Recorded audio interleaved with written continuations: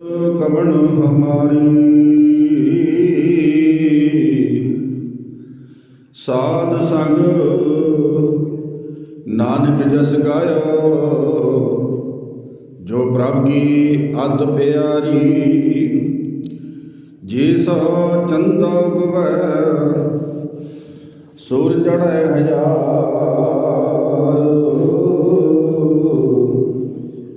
इते चानण होंदियां गुर बिना घोर अंधार गुर बिना घोर अंधार गुरु बिन समझ न आवे गुर बिन सुरत न सिद्ध गुरु बिन मुक्त न पावै गुर बिन घूर अंधार गुरु बिन समझ न आवे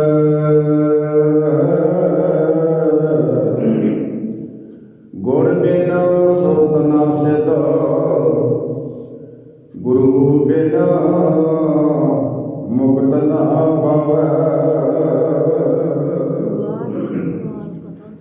धन धन शब्द गुरु श्री गुरु ग्रंथ साहिब जी महाराज तिन्हां दी पावन पवित्र मुबारक गोद विच जुड़ बैठे अति सत्कारयोग सत संगी जनों आप जी अमृत वेले तो लैके सतगुरु जी के पावन पवित्र दरबार की हाजरी भर रहे हो। बहुत ही सत्कारयोग बाबा जी के पासों आप जी ने अमृत वेले दीयां पंजां बाणियां दे नितनेम श्रवण कीते हैं। सो आओ रोजाना की तरह गुरबाणी विचार गुर इतिहास के विचार को आरंभ करने तो पहला सारे सत संगी जन करो कृपा कोई भी रसना गुर फतेह तो वांझी ना रहे। इक्के बार कहने ते असीस बख्श करो गज के बुलाओ फतेह आखो जी वाहिगुरू जी का खालसा वाहिगुरू जी की फतेह। आप जो पिछले 2 दिनों तो लैके भगत कबीर साहब जी की पावन पवित्र रसना तो उच्चारण किया होया रामकली राग का शब्द रामकली बाणी भगत कबीर जी उस शब्द की आप विचार कर रहे हैं। कवन काज सिरजे जग भीतर जन्म कवन फल पाया भावनिक तरन तारन चिंता मन एक निमख नाई मन लाया गोविंदो हम ऐसे अपराधी जिन प्रभ जीव पिंड था दिया तिसकी भाओ भगत नहीं साधी रहाओ। अगलियां पंक्तियां जी पार धान पार तान पारती निंदा पर अपवाद न छूटै आवा गवन होत है फुन फुन ये प्रसंग न टूटै। अगली पंक्ति है जी जेकर कथा होत हर संतन एक निमख न कीनो मैं फेरा लंपट चोर दूत मतवारे तिन संग सदा वसेरा काम क्रोध माया माद मत्सर ये संपै मोह माही दया धर्मर गुर की सेवा ये सपनंतर नाही दीन दयाल कृपाल दमोदर भगत वशल पैहारी कहत कबीर भीर जन राखो हर सेवा करो तुम्हारी। ये पूरा शब्द है जी। अज इस शब्द की आप समाप्ति कर देंगे। रहाओ का बंद आप 2 दिनों च विचारिया जी। मैं कल भी तुहाडे नाल विचारां साझियां कीतियां सी कि जीवन के मुढ़ले 3 रिश्ते होंदे आ। पहला परमात्मा दूजा गुरु तीजा माँ बाप। ना गुरु वाले पासों मूँह मोड़ना है ना रब वाले पासों मूँह मोड़ना है तो ना ही अपने माता पिता वाले पासों मूँह मोड़ना है। हुण जिहड़ियां पहलियां पंक्तियां इस तो आप शुरू करांगे। कवन काज अपने नाल गल करदे हैं। हाँ भी सज्जना किहड़ा काम तोरिया सी तैनूं आपां नहीं कहंदे घरे अपने बच्चों नूं की काम करन तोरिया सी पुੱਤ तैनूं। अपने नाल गुरबाणी विच बैठे कबीर साहब अपने नाल गल करदे कवन काज किहड़े काम वास्ते बई सिरजे जग भीतर तैनूं परमात्मा ने सोहनी देही दे के समाज विच भेजिया सी समाज दे विच भेजिया। कवन काज सिरजे जग भीतर जन्म कवन फल पाया जन्म लैके की करिया ते काम पता जी किहड़ा करना आपां। गुरु ग्रंथ साहिब की बाणी च ना कबीर साहब दी वचन है काम अपने ड्यूटी पता की लाई है जी। गुरु साहब ने गुर सेवा ते भगत कमाई ध्यान नाल सुनो जी। गुर सेवा ते भगत कमाई ताबे मानस देही पाई। ऐस देही नाल गुरु की दसी सेवा करनी है रब नूं याद करना है भले दे काम करने हैं। ऐस काम वास्ते मनुखा देही मिली हुई है। आखो सतनाम गुर सेवा ते भगत कमाई ना क्या जी ताबे मानस देही पाई। ये ਮਨੁੱਖ ਦੇਹ ਮਿਲੀ ਇਸ ਵਾਸਤੇ ਹੈ। ਇਸ ਦੇਹੀ ਕੋ ਸਿਮਰੈ ਦੇਵ। ਦੇਖੋ ਕਹਿੰਦੇ ਇਸ ਦੇਹੀ ਨੂੰ ਤਾਂ ਨਾ ਦੇਵਤੇ ਵੀ ਲੋਚਦੇ ਆ, ਜਿਹੜੀ ਤੈਨੂੰ ਮਿਲੀ ਹੈ ਬੰਦਿਆ। ਇਸ ਦੇਹੀ ਕੋ ਸਿਮਰੈ ਦੇਵ, ਸੋ ਦੇਹੀ ਭਜ ਹਰ ਕੀ ਸੇਵ। ਕਹਿੰਦੇ ਐ ਸਰੀਰ ਦੇ ਨਾਲ ਸੱਜਣਾ ਤੈਨੂੰ ਇੱਕ ਕੰਮ ਦਿੱਤਾ ਪ੍ਰਮਾਤਮਾ ਨੇ। ਸੱਜਣਾ ਗੁਰਬਾਣੀ ਪੜ੍ਹਿਆ ਕਰ, ਪੜ੍ਹਿਆ ਨਹੀਂ ਪੜ੍ਹ ਨਹੀਂ ਸਕਦਾ ਸੁਣਿਆ ਕਰ, ਸੇਵਾ ਕਰਿਆ ਕਰ, ਸਿਮਰਨ ਕਰਿਆ ਕਰ। ਭਜੋ ਅਗਲਾ ਪੰਗਤੀ ਜੀ, ਭਜੋ ਗੋਬਿੰਦ। ਭਜੋ ਦਾ ਅਰਥ ਹੁੰਦਾ ਯਾਦ ਕਰਨਾ। ਕਿਹਨੂੰ? ਗੋਬਿੰਦ ਲਿਖਿਆ ਇੱਥੇ ਵੀ। ਗੋ ਮੈਨੇ ਧਰਤੀ ਹੁੰਦੀ ਹੈ, ਬਿੰਦ ਮੈਨੇ ਧਰਤੀ ਦਾ ਮਾਲਕ ਪ੍ਰਮਾਤਮਾ ਹੁੰਦਾ ਹੈ। ਭਜੋ ਗੋਬਿੰਦ ਭੂਲ ਮਤ ਜਾਹੋ, ਭੁੱਲਣ ਨਹੀਂ। ਤੇ ਇੱਕ ਗੱਲ ਯਾਦ ਰੱਖਣਾ, ਜਿਹੜੀ ਚੀਜ਼ ਭੁੱਲੀ ਹੋਵੇ ਉਹਨੂੰ ਯਾਦ ਕਰਾਉਣ ਵਾਲਾ ਕੋਈ ਚਾਹੀਦਾ ਜੀ, ਕਿਉਂ ਨਹੀਂ? ਘਰੋਂ ਆਪਾਂ ਨੂੰ ਫੋਨ ਨਹੀਂ ਜਾਂਦਾ। ਅੱਗੇ ਪੁਰਾਤਨ ਬਜ਼ੁਰਗ ਨੇ ਜਦੋਂ ਮੰਡੀ ਜਾਂਦੇ ਹੁੰਦੇ, ਮੌੜ ਮੰਡੀ ਜਾਂਦੇ, ਮਾਨਸਾ ਜਾਂਦੇ, ਬਠਿੰਡੇ ਜਾਂਦੇ, ਸ਼ਹਿਰ ਜਾਂਦੇ, ਪੁਰਾਤਨ ਬਜ਼ੁਰਗ ਤੁਸੀਂ ਵੇਖੇ, ਮੈਂ ਵੀ ਵੇਖੇ, ਗੰਢਾਂ ਦੇ ਕੇ ਲੈ ਕੇ ਜਾਂਦੇ ਹੁੰਦੇ ਸੀਗੇ। ਗੰਢਾਂ ਕਿਸੇ ਕੱਪੜੇ ਨੂੰ, ਉਹ ਗੰਢ ਪਤਾ ਕੀ ਦੱਸਦੀ ਵੀ ਆਹ ਤਾਂ ਫਲਾਨੇ ਚੀਜ਼ ਦੀ ਗੰਢ, ਆਹ ਚੀਜ਼ ਲਿਆਉਣੀ ਹੈ, ਆਹ ਗੰਢ ਆਹ ਚੀਜ਼ ਵਾਸਤੇ ਆ, ਆਹ ਗੰਢ ਇਸ ਚੀਜ਼ ਵਾਸਤੇ ਆ। ਉਦੋਂ ਤਾਂ ਫੋਨ ਤਾਂ ਹੁੰਦੇ ਨਹੀਂ ਸੀ, ਅਤੇ ਬਜ਼ੁਰਗ ਵਿਚਾਰੇ ਗੰਢਾਂ ਦੇ ਕੇ ਜਾਂਦੇ ਹੁੰਦੇ ਸੀ। ਗੰਢਾਂ ਲੈ ਕੇ ਦੇ ਕੇ ਅਤੇ ਉਹ ਫਿਰ ਗੰਢ ਯਾਦ ਕਰਦੇ ਵੀ ਆਹ ਗੰਢ ਤਾਂ ਆਹ ਸਮਾਨ ਲੈਣਾ, ਅਸੀਂ ਤਾਂ ਆਹ ਲੈਣਾ। ਜੇ ਤੀਜੀ ਭੁੱਲ ਜਾਂਦੀ ਫਿਰ ਸੋਚੀ ਜਾਂਦਾ ਵੀ ਆਹ ਹੈ ਤਾਂ ਕੋਈ ਸਮਾਨ ਲੈਣ ਵਾਸਤੇ, ਹੈ ਨਾ। ਗੁਰੂ ਆਪਾਂ ਨੂੰ ਗੁਰੂ ਅੰਮ੍ਰਿਤ ਵੇਲੇ ਆਪਾਂ ਆਉਣ ਦਾ ਮਤਲਬ ਕੀ ਹੈ ਨਾ, ਆਪਣੇ ਚੇਤੇ ਵਿੱਚੋਂ ਜੇ ਭੁੱਲਿਆ ਤਾਂ ਪ੍ਰਮਾਤਮਾ ਭੁੱਲਿਆ ਅਤੇ ਗੁਰੂ ਭੁੱਲਿਆ, ਉਹਨੂੰ ਯਾਦ ਕਰਾਉਣ ਵਾਸਤੇ ਅੰਮ੍ਰਿਤ ਵੇਲੇ ਉੱਠ ਕੇ ਗੁਰਦੁਆਰਾ ਸਾਹਿਬ ਆਉਣਾ ਬਹੁਤ ਜ਼ਰੂਰੀ ਹੈ। ਆਖੋ ਸਤਿਨਾਮ। ਉਹ ਜੇ ਆਪਾਂ ਨੂੰ ਭੁੱਲਿਆ ਤਾਂ ਕੇਵਲ ਰੱਬ ਭੁੱਲਿਆ ਜਾਂ ਗੁਰੂ ਭੁੱਲਿਆ ਜਾਂ ਗੁਰੂ ਦੀ ਦਸੀ ਸੇਵਾ ਭੁੱਲੀ ਆ ਆਪਾਂ ਨੂੰ, ਹੋਰ ਕੁਛ ਵੀ ਨਹੀਂ ਭੁੱਲਿਆ ਜੀ। ਘਰ ਦਾ ਕੰਮ ਆਪਾਂ ਸਾਰੇ ਕਰਕੇ ਵੀ ਆਏ ਆ, ਕੁਝ ਮਾੜਾ ਮੋਟਾ ਜਿਹੜਾ ਕਿਸੇ ਨੇ ਕਰਨਾ ਅਤੇ ਕਰਾਂਗੇ ਵੀ ਜਾ ਕੇ। ਜਮੈਂ ਨਹੀਂ ਭੁੱਲਦੇ, ਜਿਹੜਾ ਦਿਨ 'ਚ ਜੋ ਦਿਹਾੜੀ ਦਾ ਕੰਮ ਕਰਨਾ ਨਾ ਕਰਾਂਗੇ। ਯਾਦ ਹੈ, ਕੱਲ੍ਹ ਪਰਸੋਂ ਦਾ ਵੀ ਯਾਦ ਕਰਾਇਆ ਹੋਇਆ ਆਪਾਂ ਨੂੰ। ਪਰ ਇੱਕ ਆਹ ਕੰਮ ਹੈ ਜਿਹੜਾ ਪ੍ਰਮਾਤਮਾ ਵਾਲੇ ਪਾਸੇ ਗੁਰੂ ਸਾਹਿਬ ਕਹਿ ਲਗੇ ਭਜੋ ਗੋਬਿੰਦ ਭੂਲ ਮਤ ਜਾਹੋ, ਭੁੱਲ ਨਾ ਜਾਈ। ਸੱਜਣਾ ਗੁਰਬਾਣੀ ਤੈਨੂੰ ਪੜ੍ਹਨ ਵਾਸਤੇ ਦਿੱਤੀ ਹੈ। ਜੇ ਤੂੰ ਪੜ੍ਹਿਆ ਲਿਖਿਆ ਤੇ ਗੁਰਬਾਣੀ ਪੜ੍ਹਿਆ ਕਰ, ਭੁੱਲ ਨਾ ਜਾਈਏ। ਕੰਮ ਤੂੰ ਕਰਨਾ ਹੈ, ਸੇਵਾ ਤੈਂ ਕਰਨੀ ਹੈ, ਸਿਮਰਨ ਤੈਂ ਕਰਨਾ ਹੈ। ਭਜੋ ਗੋਬਿੰਦ ਭੂਲ ਮਤ ਜਾਹੋ। ਨਾਲ ਲਿਖਿਆ ਪਤਾ ਕਿ ਮਾਨਸ ਜਨਮ ਕਾ ਇਹੀ ਲਾਹੋ, ਮਨੁੱਖਾ ਜਨਮ ਦਾ ਹੀ ਲਾਹਾ ਹੈ। ਆਖੋ ਸਤਿਨਾਮ। ਪਰ ਠੀਕ ਹੈ ਵੀ ਘਰ ਦੇ ਕੰਮ ਵੀ ਕਰਨੇ ਆਪਾਂ, ਉਹ ਦੁਨਿਆਵੀ ਕੰਮ ਵੀ ਕਰਨੇ, ਆਪੋ ਆਪ ਦਾ ਕਾਰਜ ਵੀ ਕਰਨਾ। ਹੁਣ ਕਬੀਰ ਸਾਹਿਬ ਕਹਿਣ ਲੱਗੇ ਕਵਣ ਕਾਜ ਸਿਰਜੇ ਜਗ ਭੀਤਰ, ਜਨਮ ਕਵਣ ਫਲ ਪਾਇਆ, ਭਾਵਨਿਧ ਤਰਨ ਤਾਰਨ ਚਿੰਤਾ ਮਨ, ਇੱਕ ਨਿਮਖ ਨਾ ਇਹ ਮਨ ਲਾਇਆ। ਉਹ ਸੱਜਣਾ ਜਿਸ ਪ੍ਰਮਾਤਮਾ ਨੇ ਤੈਨੂੰ ਭਵ ਸਾਗਰ 'ਚੋਂ ਪਾਰ ਕਰਨਾ ਹੈ, ਪ੍ਰਮਾਤਮਾ ਦਾ ਨਾਮ ਐਂ ਸਮਝ ਲੈ ਇੱਕ ਬੇੜਾ ਹੈ, ਜਹਾਜ਼ ਹੈ, ਉਹਦੇ ਵਾਲੇ ਪਾਸੇ ਤੂੰ ਆਇਆ ਨਹੀਂ ਗਾ। ਰੱਬ ਨੂੰ ਯਾਦ ਕਰਿਆ ਕਰ, ਤੇਰੀ ਆਤਮਾ ਤੇਰੀ ਜਿੰਦ ਭਵ ਸਾਗਰ ਨੂੰ ਪਾਰ ਕਰ ਜਾਵੇਗੀ, ਡੁੱਬੇਗਾ ਨਹੀਂ। ਜੇ ਬੰਦਾ ਡੁੱਬ ਜੇ ਨਾ ਜੀ, ਡੁੱਬ ਜੇ, ਤੁਹਾਨੂੰ ਪਤਾ ਦੇਖੋ ਵੀ ਮੰਝ ਧਾਰ ਵਿੱਚ ਡੁੱਬ। ਅਤੇ ਆਹ ਸੰਸਾਰ ਇੱਕ ਮੰਝ ਧਾਰ ਹੈ। ਮੰਝ ਧਾਰ ਵਿਸ਼ੇ ਵਿਕਾਰਾਂ ਦਾ ਪਾਣੀ, ਭਾਵਨਾਵਾਂ ਦਾ ਪਾਣੀ, ਲੋਭ ਲਾਲਚ ਦਾ ਪਾਣੀ। ਇੱਕ ਲਹਿਰ 'ਚੋਂ ਨਿਕਲ ਗਿਆ, ਦੂਜੀ 'ਚੋਂ ਨਹੀਂ ਨਿਕਲੇਗਾ, ਦੂਜੀ 'ਚ ਫਸ ਗਿਆ, ਤੀਜੀ 'ਚੋਂ ਨਹੀਂ ਨਿਕਲੇਗਾ, ਤੀਜੀ 'ਚੋਂ ਫਸ। ਕਿੰਨੇ ਆ ਜੀ? ਵੈਸੇ ਤਾਂ ਇੱਕ ਥਾਂ 'ਤੇ ਤਾਂ 25 ਗਿਣੇ ਹੋਏ ਹੈ ਗੁਰਬਾਣੀ 'ਚ। ਕਿਹੜੀ 'ਚੋਂ ਬਚੇਗਾ? ਬਚਾਉਣ ਵਾਲਾ ਤੇਰਾ ਗੁਰੂ ਹੈ। ਜੇ ਗੁਰੂ ਦੇ ਬੇੜੇ 'ਚ ਸਵਾਰ ਹੋ ਗਿਆ ਸੱਜਣਾ, ਫਿਰ ਤੈਨੂੰ ਇਹ ਲਹਿਰਾਂ ਕੁਛ ਨਹੀਂ ਕਹਿਣਗੀਆਂ। ਲੋਭ ਦੀ ਲਹਿਰ ਵੀ ਕੁਛ ਨਹੀਂ ਕਹਿੰਦੀ ਤੈਨੂੰ, ਕਾਮ ਦੀ ਲਹਿਰ ਵੀ ਕੁਛ ਨਹੀਂ ਕਹਿੰਦੀ, ਹੰਕਾਰ ਦੀ ਲਹਿਰ ਵੀ ਕੁਛ ਨਹੀਂ ਕਹਿੰਦੀ। ਬਾਬੇ ਨਾਨਕ ਦੇ ਘਰ ਦਾ ਬੇੜਾ ਹੀ ਇਹੋ ਜਿਹਾ, ਸਾਰੀਆਂ 'ਚੋਂ ਪਾਰ ਲੈ ਜਾਂਦਾ। ਆਖੋ ਸਤਿਨਾਮ। ਇੰਨੀਆਂ ਜੀ ਮੈਂ ਬੇਨਤੀ ਕਰਾਂ। ਭਵਨਿਧ ਤਰਨ ਤਾਰਨ ਚਿੰਤਾ ਮਨ, ਇੱਕ ਨਿਮਖ ਨਾ ਇਹ ਮਨ ਲਾਇਆ, ਇੱਕ ਨਿਮਖ ਵਾਸਤੇ ਵੀ ਮਨ ਨਹੀਂ ਲਾਇਆ। ਤੇ ਰਹਾਉ ਦਾ ਬੰਦਾ ਜੀ ਗੋਬਿੰਦ ਹਮ ਐਸੇ ਅਪਰਾਧੀ, ਅਸੀਂ ਤਾਂ ਐਡੇ ਵੱਡੇ ਅਪਰਾਧੀ ਹਾਂ ਮਹਾਰਾਜ। ਪਾਤਸ਼ਾਹ ਤੁਸੀਂ ਸਾਨੂੰ ਅਪਰਾਧੀ ਕਿਉਂ ਕਹਿੰਦੇ? ਅਸੀਂ ਤਾਂ ਤੁਹਾਡੇ ਸਿੱਖ ਹੈ, ਅਸੀਂ ਤਾਂ ਤੁਹਾਡੇ ਸੇਵਾਦਾਰ ਹੈ। ਗੁਰੂ ਸਾਹਿਬ ਕਹਿਣ ਲੱਗੇ ਵੀ ਸੱਜਣਾ ਬੈਠ, ਮੈਂ ਤੈਨੂੰ ਦਿਖਾਵਾਂ। ਹਾਂ ਠੀਕ ਹੈ, ਤੂੰ ਮੇਰਾ ਸਿੱਖ ਹੈ, ਅਤੇ ਫਿਰ ਤੇਰਾ ਬਹੁਤ ਸਤਿਕਾਰ ਹੈ। ਫਿਰ ਤਾਂ ਮੈਂ ਕਹਿੰਦਾ ਆਈ ਮਿਲ ਗੁਰਸਿੱਖ, ਆਈ ਮਿਲ। ਅਤੇ ਪਰ ਕਿਤੇ ਇੱਕ ਅਪਰਾਧੀਆਂ ਵਾਲੇ ਪਾਸੇ ਨਾ ਜਾ ਵੜੀ। ਅਤੇ ਅਪਰਾਧੀਆਂ ਦੀਆਂ ਸਾਰੀਆਂ ਇਸ ਦੇ ਵਿੱਚ ਡਿਟੇਲ ਦਿੱਤੀ ਹੋਈ ਹੈ ਸ਼ਬਦ 'ਚ। ਗੋਬਿੰਦ ਹਮ ਐਸੇ ਅਪਰਾਧੀ, ਜਿਨ ਪ੍ਰਭ ਜੀਓ ਪਿੰਡ ਥਾ ਦੀਆ, ਤਿਸ ਕੀ ਭਾਉ ਭਗਤ ਨਹੀਂ ਸਾਧੀ। ਜਿਸ ਅਕਾਲ ਪੁਰਖ ਵਾਹਿਗੁਰੂ ਪਰਮੇਸ਼ਰ ਨੇ ਸਰੀਰ ਦਿੱਤਾ, ਉਹਨੂੰ ਯਾਦ ਨਹੀਂ ਕੀਤਾ। ਇਸ ਕਰਕੇ ਅਪਰਾਧੀਆਂ ਵਾਲੇ ਪਾਸੇ ਗਿਆ ਬੰਦਾ। ਹੁਣ ਜਿਹੜੀ ਪਹਿਲੀ ਪੰਗਤੀ ਦੀ ਪਰ ਧਨ, ਭਾਰਤੀ ਨਿੰਦਾ, ਪਰ ਅਪਵਾਦ ਨਾ ਛੂਟੈ, 3-4 ਗੱਲਾਂ ਤਾਂ ਇੱਥੇ ਲਿਖੀਆਂ ਜੀ ਕਬੀਰ ਸਾਹਿਬ ਨੇ। ਆਵਾਗਮਨ ਹੋਤ ਹੈ ਫੁਨ ਆਵਾਗਮਨ, ਇੱਕ ਤਾਂ ਮਰਨ ਤੋਂ ਬਾਅਦ ਵਾਲਾ ਆਵਾਗਮਨ ਹੈ ਜੀ, ਇੱਕ ਜਿਉਂਦੇ ਜੀ ਵਾਲਾ ਵੀ ਹੈ। ਜਿਉਂਦੇ ਜੀ ਵਾਲਾ ਵੀ ਬੰਦਾ ਜੂਨਾ 'ਚ ਪੈਂਦਾ ਜੀ, ਜਿਉਂਦੇ ਜੀ ਐ ਸਮਝ ਲਓ। ਜਦੋਂ ਲੋਭ ਦਾ ਲਾਲਚੀ ਹੋ ਗਿਆ ਨਾ, ਮੈਂ ਬੇਨਤੀ ਕਰਾਂ, ਮੈਂ ਤੁਹਾਡੇ ਨਾਲ ਸਾਂਝਾ ਕਰਾਂਗਾ ਸਾਰਾ।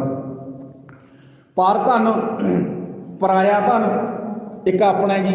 ਆਪਣੇ ਬਾਰੇ ਨਹੀਂ ਮਨਾਹੀ, ਬਿਲਕੁਲ ਨਹੀਂ। ਜਿਵੇਂ ਆਪਾਂ ਫਰਜ਼ ਕਰੋ ਕੰਮ ਕਰਦੇ ਹਾਂ, ਵੀ ਫਰਜ਼ ਕਰੋ ਇੱਕ ਮੁਲਾਜ਼ਮ ਤਨਖਾਹ ਲੈਂਦਾ, ਨੌਕਰੀ ਕਰਦਾ ਹੈ ਨਾ, ਉਹਨੂੰ ਸਰਕਾਰ ਤਨਖਾਹ ਦਿੰਦੀ ਹੈ, ਉਹਦਾ ਹੱਕ ਹੈ।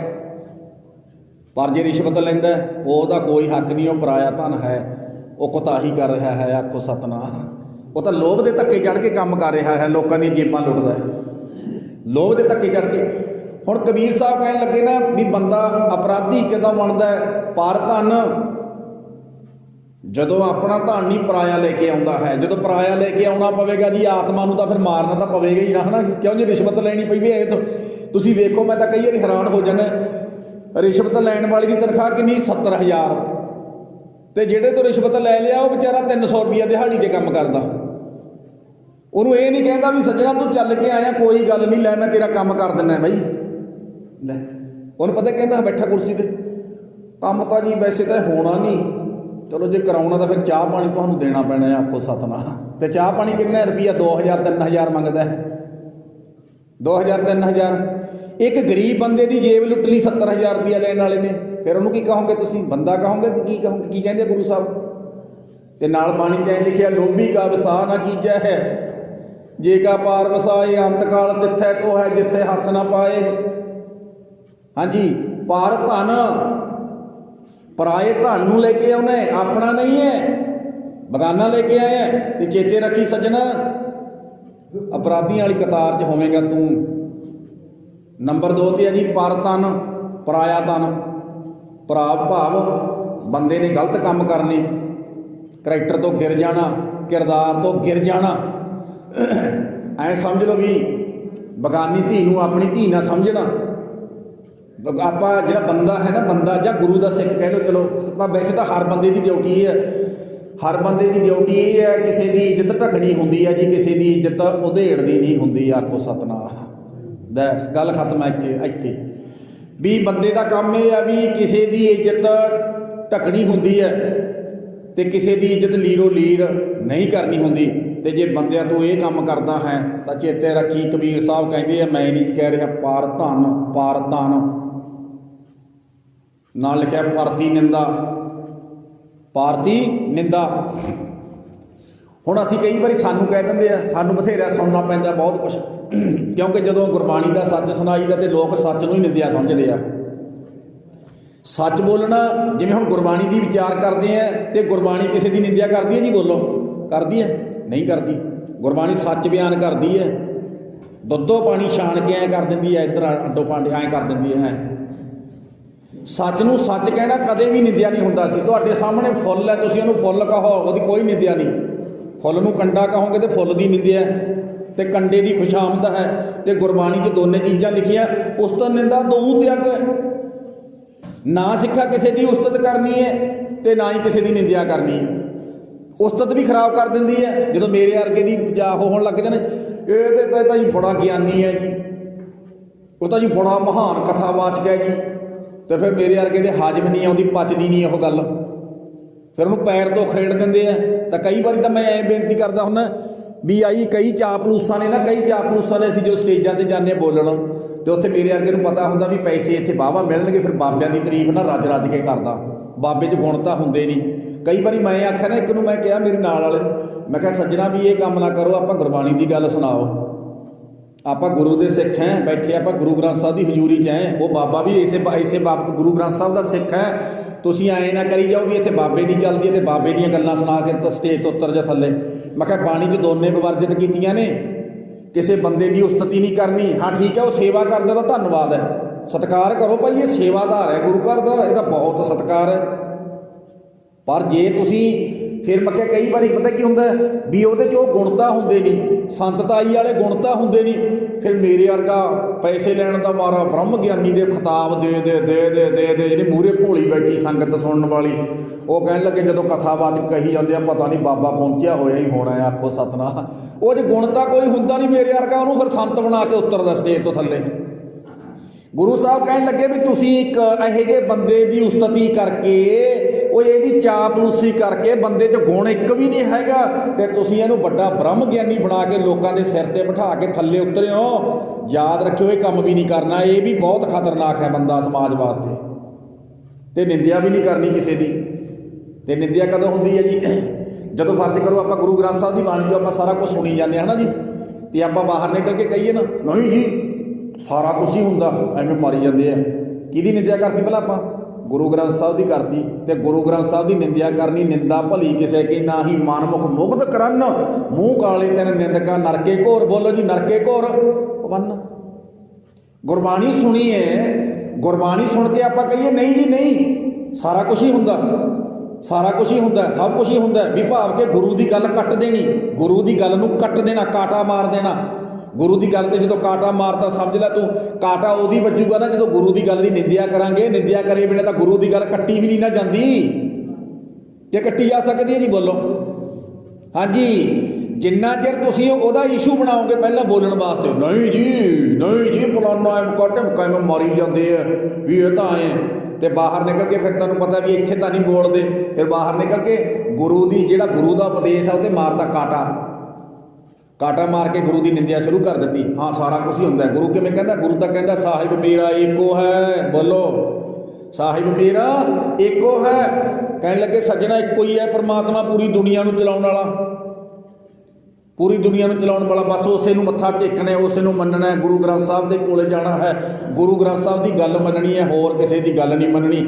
ਜੇ ਗੁਰੂ ਗ੍ਰੰਥ ਸਾਹਿਬ ਦੀ ਸੱਚੀ ਸੁੱਚੀ ਉਪਦੇਸ਼ ਦੇ ਉੱਤੇ ਕਾਟਾ ਮਾਰ ਕੇ ਤੇ ਗੁਰੂ ਦੀ ਨਿੰਦਿਆ ਸ਼ੁਰੂ ਕਰ ਦਿੱਤੀ, ਤੇ ਇਹ ਨਿੰਦਿਆ ਸੱਜਣਾ ਯਾਦ ਰੱਖੀ ਤੈਨੂੰ ਨਰਕਾਂ 'ਚ ਲੈ ਜਾਏਗੀ। ਆਖੋ ਸਤਨਾਮ। ਕਦੇ ਐਂ ਨਹੀਂ ਕਹਿਣਾ ਵੀ ਐਂ ਕਹਿੰਦਾ ਹੁੰਦਾ ਗੁਰੂ। ਹਾਂ ਇਹ ਕਹਿੰਦੇ ਵਿੱਚ ਕੋਈ ਸ਼ੱਕ ਨਹੀਂ। ਆ ਜਿੱਥੇ ਆਪਾਂ ਬੈਠੇ ਹਾਂ ਇਹਦੇ ਵਿੱਚ ਗੁਰੂ ਸਾਹਿਬ ਦੇ ਨਾਲ 35 ਮਹਾਂਪੁਰਖ ਬੈਠੇ ਹੈ, ਇਹਨਾਂ ਦੀ ਬਿਲਕੁਲ ਵੀ ਨਿੰਦਿਆ ਨਹੀਂ ਕਰਨੀ। ਕਦੇ ਖੰਡੇ ਬਾਟੇ ਦੇ ਅੰਮ੍ਰਿਤ ਬਾਰੇ ਵੀ ਨਹੀਂ ਕਦੇ ਬੋਲਣਾ ਵੀ ਹਾਂ ਠੀਕ ਹੈ, ਜਿਹੜਾ ਜੇ ਵੰਡੀਆਂ ਪਾਉਂਦੇ ਆ ਉਹ ਗਲਤ ਹੈ, ਉਹ ਉਹਨਾਂ ਨੂੰ ਕਿਹਾ ਜਾ ਸਕਦਾ ਹੈ, ਗੁਰੂ ਦੇ ਨਹੀਂ ਕਿਹਾ ਜਾ ਸਕਦਾ, ਉਹਨਾਂ ਨੂੰ ਕਿਹਾ ਜਾ ਸਕਦਾ ਤੁਸੀਂ ਇਹ ਗਲਤ ਕਰਦੇ ਹੋ ਬਾਈ ਆਹ। ਪਰ ਨਿੰਦਿਆ ਨਹੀਂ ਕਰਨੀ ਵੀ ਐਂ ਅੰਮ੍ਰਿਤ ਕਿਵੇਂ ਤਿਆਰ ਹੋ ਜਾਂਦਾ, ਐਂ ਕਿਵੇਂ ਬਾਹਲੇ ਗੱਲਾਂ ਕਰਦੇ ਆ ਜੀ, ਐਂ ਕਿਵੇਂ ਹੋ ਜਾਂਦਾ ਫਲਾਨਾ। ਮੈਂ ਕਿਹਾ ਫਿਰ ਤੁਸੀਂ ਇਹਦਾ ਮਤਲਬ ਗੁਰੂ 'ਤੇ ਵਿਸ਼ਵਾਸ ਕਰਦੇ ਹੋ, ਗੁਰੂ ਦੀ ਨਿੰਦਿਆ ਕਰਦੇ ਹੋ? ਬੋਲੋ ਕੀ ਕਰਨੀ ਚਾਹੀਦੀ ਹੈ ਜੀ? ਇੱਥੇ ਗੁਰੂ ਸਾਹਿਬ ਕਹਿਣ ਲੱਗੇ ਪਰ ਧਨ ਪਰਾਇਆ ਧਨ, ਪਰ ਤਨ ਨੰਬਰ 2 ਤੇ ਪਰਤਨ, ਪਰਤਨਗਾਮੀ ਹੋਣਾ ਜੀ, ਗਲਤ ਕੰਮ ਕਰਨੇ। ਪਰਤਨ ਪਰਤੀ ਨਿੰਦਾ ਤੇ ਪਰਾਈ ਨਿੰਦਾ, ਪਰ ਅਪਵਾਦ ਨਾ ਛੂਟੈ। 4 ਕੰਮ ਲਿਖਿਆ ਜੀ। ਅਪਵਾਦ ਕਾਸ ਨੂੰ ਕਹਿੰਦੇ ਆ? ਲੜਾਈ ਝਗੜਾ ਕਰਨਾ ਹੈ, ਬਹਿਸਬਾਜ਼ੀ ਕਰਨੀ, ਖਹਿਬਾਜ਼ੀ ਕਰਨੀ। ਇਹ ਸੱਚੇ ਪਾਤਸ਼ਾਹ ਜੀ ਇਸ ਕਰਕੇ ਅਪਰਾਧੀ ਹੈ। ਨਾ ਤਾਂ ਮੈਂ ਪਰਾਇਆ ਧਨ ਲਿਆਉਣ ਤੋਂ ਹਟਿਆ, ਆਪਣੇ ਵਾਲਾ ਨਹੀਂ, ਮੈਂ ਹੋਰ ਤੋਂ ਲਿਆਉਣ ਤੋਂ ਹਟਿਆ। ਪਰਾਇਆ ਤਨ ਪਰ ਤਨ ਤੇ ਪਰਤੀ ਨਿੰਦਾ, ਪਰ ਅਪਵਾਦ ਨਾ ਛੂਟੈ, ਨਾ ਲੜਾਈ ਝਗੜਾ ਮੁੱਕਿਆ। ਤੇ ਪਤਾ ਕੀ ਲਿਖਿਆ? ਆਵਾਗਮਨ ਹੋਤ ਹੈ ਫੁਨ ਫੁਨ। ਆਵਾਗਮਨ ਐਸ ਮਨੁੱਖਾ ਦੇਹੀ 'ਚ ਰਹਿੰਦਾ ਸੱਜਣਾ। ਜਦੋਂ ਤੂੰ ਐ ਸਮਝਣਾ ਵੀ ਪਰਤਨ ਲੈ ਕੇ ਆਵੇਗਾ ਨਾ ਲੋਭ, ਤੇ ਲੋਭ ਨੂੰ ਪਤਾ ਬਾਣੀ 'ਚ ਕੀ ਲਿਖਿਆ? ਬਾਂਦਰ। ਬਾਂਦਰ ਨੂੰ ਕੀ ਹੁੰਦਾ? ਲੋਭ ਹੁੰਦਾ। ਲੋਭ ਸਭ ਤੋਂ ਵੱਧ ਬਾਂਦਰ ਸਿੱਧੇ ਮੱਥੇ ਕਦੇ ਵੀ ਨਹੀਂ ਫੜਿਆ ਜਾਂਦਾ। ਤੁਸੀਂ ਜ਼ੋਰ ਲਾ ਲਓ, ਸਾਰਾ ਪਿੰਡ ਮਗਰ ਲੱਗ ਜਾਓ, ਬਾਂਦਰ ਨੂੰ ਫੜ ਲੈਂਗੇ। ਉਹਦਾ ਇੱਕ ਡਾਹਣੀ ਤੋਂ ਦੂਜੀ ਡਾਹਣੀ, ਪੱਤੇ ਪੱਤੇ ਤੇ ਫਿਰ ਜਾਂਦਾ, ਆਪਾਂ ਕਿੱਦਾਂ ਪਜਾਂਗੇ ਤੇ ਮਗਰ। ਪਰ ਉਹਦੀ ਕਮਜ਼ੋਰੀ ਇੱਕ, ਬਾਂਦਰ ਦੀ ਇੱਕ ਕਮਜ਼ੋਰੀ ਹੈ। ਬਾਂਦਰ ਕੀ ਕਰਦਾ? ਬਾਂਦਰ ਲਾਲਚੀ ਹੈ। ਲਾਲਚੀ ਕਰਦਾ ਖਿੱਲਾ ਖਾਣ ਦਾ, ਮਖਾਣੇ ਖਾਣ ਦਾ, ਦਾਣੇ ਖਾਣ ਦਾ। ਬਾਂਦਰ ਨੂੰ ਫੜਨ ਵਾਲਾ ਪਤਾ ਕੀ ਕਰਦਾ? ਇੱਕ ਭੀੜੇ ਮੂੰਹ ਵਾਲੀ ਕੁੱਜੀ ਲੈ ਕੇ ਆਉਂਦਾ, ਉਹਦੇ ਨੂੰ ਜ਼ਮੀਨ 'ਚ ਪੁੱਟ ਦਿੰਦਾ, ਥੱਲੇ ਧਰਤੀ ਟੋਆ ਪੁੱਟ ਕੇ ਨੱਪ ਦਿੰਦਾ ਹੈ, ਉਹਦੇ ਵਿੱਚ ਖਿੱਲਾ ਪਾ ਦਿੰਦਾ ਹੈ, ਮਿੱਠਾ ਪਾ ਦਿੰਦਾ ਹੈ। ਬਾਂਦਰ ਭੱਜ ਕੇ ਆਇਆ, ਦਰਖਤ ਤੋਂ ਉੱਤਰ ਕੇ ਆਇਆ, ਜਿਹੜਾ ਡਾਹ ਨਹੀਂ ਸੀ ਨਾ ਦਿੰਦਾ, ਡਾਹ ਨਹੀਂ ਸੀ ਦਿੰਦਾ, ਆ ਗਿਆ ਆਪਣੇ ਆਪ ਹੀ ਉੱਤਰ ਕੇ, ਆ ਕੇ ਕਹਿੰਦਾ ਨਾ ਦੇਖ ਕੇ ਇੱਦਾਂ ਆਹਾ ਖਿੱਲਾਂ ਦਾਣੇ ਵਿੱਚ ਪਾ ਲਿਆ ਹੱਥ। ਜਦੋਂ ਵਿੱਚ ਹੱਥ ਪਾ ਲਿਆ ਨਾ, ਹੁਣ ਮੁੱਠੀ ਭਰ ਲਈ, ਮੁੱਠੀ ਭਰ ਲਈ ਐਦਾਂ। ਜਦੋਂ ਮੁੱਠੀ ਭਰ ਲਈ, ਮੁੱਠੀ ਫੁੱਲ ਗਈ, ਕਿਹੜਾ ਹੱਥ ਤਾਂ ਪੈ ਗਿਆ, ਖਾਲੀ ਤਾਂ ਹੱਥ ਪੈ ਗਿਆ। ਹੁਣ ਮੁੱਠੀ ਭਰੀ ਦਾਣਿਆਂ ਦੀ, ਕਿੱਲਾਂ ਦੀ, ਹੁਣ ਬਾਹਰ ਕੱਢਦਾ, ਨਿਕਲਦੀ ਨਹੀਂ, ਫਿਰ ਚੀਕਾਂ ਮਾਰਦਾ, ਚੀਕਾਂ ਮਾਰਦਾ, ਪਤਾ ਮੈਨੂੰ ਬਚਾਓ ਬਚਾਓ ਬਚਾਓ। ਐਨੇ ਨੂੰ ਜਿਹੜਾ ਬਾਂਦਰ ਫੜਨ ਵਾਲਾ ਹੈ ਉਹ ਸੰਗਲੀ ਲੈ ਕੇ ਆ ਜਾਂਦਾ ਹੈ। ਬਾਂਦਰ ਆਪਣੇ ਲਾਲਚ 'ਚ ਲੱਗਿਆ ਹੋਇਆ, ਉਹਨੇ ਮਾਂਗਰ ਦੀ ਆ ਕੇ ਸੰਗਲੀ ਪਾ ਲਈ ਹੈ, ਤੇ ਬਾਂਦਰ ਪਤਾ ਕੀ ਬਣ ਗਿਆ? ਬਾਂਦਰ ਹੁਣ ਰੋਟੀ ਮਦਾਰੀ ਦੇ ਪਰਿਵਾਰ ਨੇ ਖਾਣੀ ਹੈ ਤੇ ਨੱਚਦਾ ਬਾਂਦਰ ਹੈ। ਆਖੋ ਸਤਨਾਮ। ਪੈਸੇ ਕਿਹਨੇ ਕਮਾਉਣੇ ਭਲਾ? ਬਦਾਰੀ ਨੇ ਨਚਾਉਂਦਾ ਕਿਹਨੂੰ ਹੈ?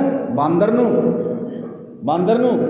ਤੇ ਲਾਲਚੀ ਬਿਰਤੀ ਵਾਲੇ ਨੂੰ ਗੁਰਬਾਣੀ ਕਹਿੰਦੇ, ਤਾਂ ਹੀ ਬਾਣੀ 'ਚ ਲਿਖਿਆ ਜੀ, ਕਬੀਰ ਸਾਹਿਬ ਦੀ ਬਚਨ ਹੈ ਵੀ ਵੈਸੇ ਕਬੀਰ ਮਰਕਟ ਮੁਸ਼ਟੀ ਅਨਾਜ ਕੀ। ਮਰਕਟ ਕਹਿੰਦੇ ਜੀ ਬਾਂਦਰ ਨੂੰ, ਮੁਸ਼ਟੀ ਕਹਿੰਦੇ ਮੁੱਠੀ ਨੂੰ, ਅਨਾਜ ਕਹਿੰਦੇ ਦਾਣਿਆਂ ਨੂੰ, ਖਿੱਲਾਂ ਨੂੰ। ਕਬੀਰ ਮਰਕਟ ਮੁਸ਼ਟੀ ਅਨਾਜ ਕੀ ਮਨ ਬੌਰਾ ਰੇ। ਉਹ ਕਮਲਿਆ ਮਨਾ ਲੀਨੀ ਹੱਥ ਪਸਾਰ, ਕੇਰਾ ਹੱਥ ਦਾ ਪਾ ਲਿਆ। ਪਰ ਲਾਲਚੀ ਬਾਂਦਰ ਨੇ, ਜੇ ਬਾਂਦਰ ਮੁੱਠੀ ਛੱਡ ਦਿੰਦਾ ਨਾ, ਮੁੱਠੀ ਛੱਡ ਕੇ ਭੱਜ ਜਾਂਦਾ, ਤੇ ਸੰਗਲੀ ਕਿਵੇਂ ਪੈਂਦੀ ਜੀ ਗੱਲ 'ਚ? ਉਹ ਆਪ ਲਾਲਚ ਨੇ ਫਸਾਤਾ। ਤੇ ਪਰ ਕੀ ਹੋਇਆ? ਕਹਿਣ ਲੱਗੇ ਲੀਨੀ ਹਾਥ ਪਸਾਰ, ਛੁੱਟਣ ਕੋ ਸਹਿਸਾ ਭਰਿਆ ਮਨ ਬੌਰਾ ਰੇ, ਨਾਚਿਓ ਘਰ ਘਰ ਬਾਰ। ਕਹਿਣ ਲੱਗੇ ਨਾ ਛੁੱਟਣ ਦਾ ਐਂ ਸਮਝ ਲਓ ਮਨ 'ਚੋਂ ਨਿਕਲੀ ਗਿਆ ਕੰਮ ਵੀ ਆਪਾਂ ਹੋਣਾ। ਲਾਲਚ ਨੇ ਗਲ 'ਚ ਸੰਗਲੀ ਪਵਾਤੀ। ਹੁਣ ਰੋਟੀ ਮਦਾਰੀ ਦੇ ਪਰਿਵਾਰ ਨੇ ਖਾਣੀ ਹੈ, ਤੇ ਡਾਂਸ ਵਿਚਾਰਾ ਬਾਂਦਰ ਕਰ ਦਿਖਾਉਂਦਾ ਹੈ। ਆਖੋ ਸਤਨਾਮ। ਐਡਾ ਮਾੜਾ ਜੀ। ਫਿਰ ਕੀ ਬਣ ਗਿਆ ਬੰਦਾ? ਲਾਲਚ ਦੇ ਧੱਕੇ ਚੜ੍ਹ ਕੇ ਜਦੋਂ ਭਾਵ ਕੇ ਇੱਦਾਂ ਦੇ ਕੰਮ ਕਰਦਾ ਹੈ, ਤੇ ਗੁਰੂ ਸਾਹਿਬ ਕਹਿਣ ਲੱਗੇ ਸਰੀਰ ਭਾਵੇਂ ਬੰਦਿਆਂ ਵਾਲਾ, ਪਰ ਸੱਜਣਾ ਤੂੰ ਬਾਂਦਰ ਵਾਲੀ ਜੁੰਨੀ ਭੋਗ ਰਿਹਾ ਹੈ। ਆਖੋ ਸਤਨਾਮ। ਤੂੰ ਮਾਇਆ ਦੀ ਸੰਗਲੀ ਤੇਰੇ ਗਲ 'ਚ ਪੈ ਗਈ ਆ। ਮਾਇਆ ਦਾ ਨਚਾਇਆ ਨੱਚਦਾ ਹੈ। ਮਾਇਆ ਦਾ ਨਚਾਇਆ ਨੱਚਦਾ ਹੈ। ਦੇਖੋ ਜੀ, ਸਤਿਗੁਰੂ ਜੀ ਕਹਿਣ ਲੱਗੇ ਪਰ ਧਨ ਪਰ ਤਨ ਪਰਤੀ ਨਿੰਦਾ, ਪਰ ਅਪਵਾਦ ਨਾ ਛੂਟੈ, ਪਰ ਅਪਵਾਦ ਨਾ ਛੂਟੈ। ਲੜਾਈ ਝਗੜਾ ਨਹੀਂ ਮੁੱਕਿਆ ਮਹਾਰਾਜ। ਆਵਾਗਮਨ ਹੋਤ ਹੈ ਫੁਨ ਫੁਨ।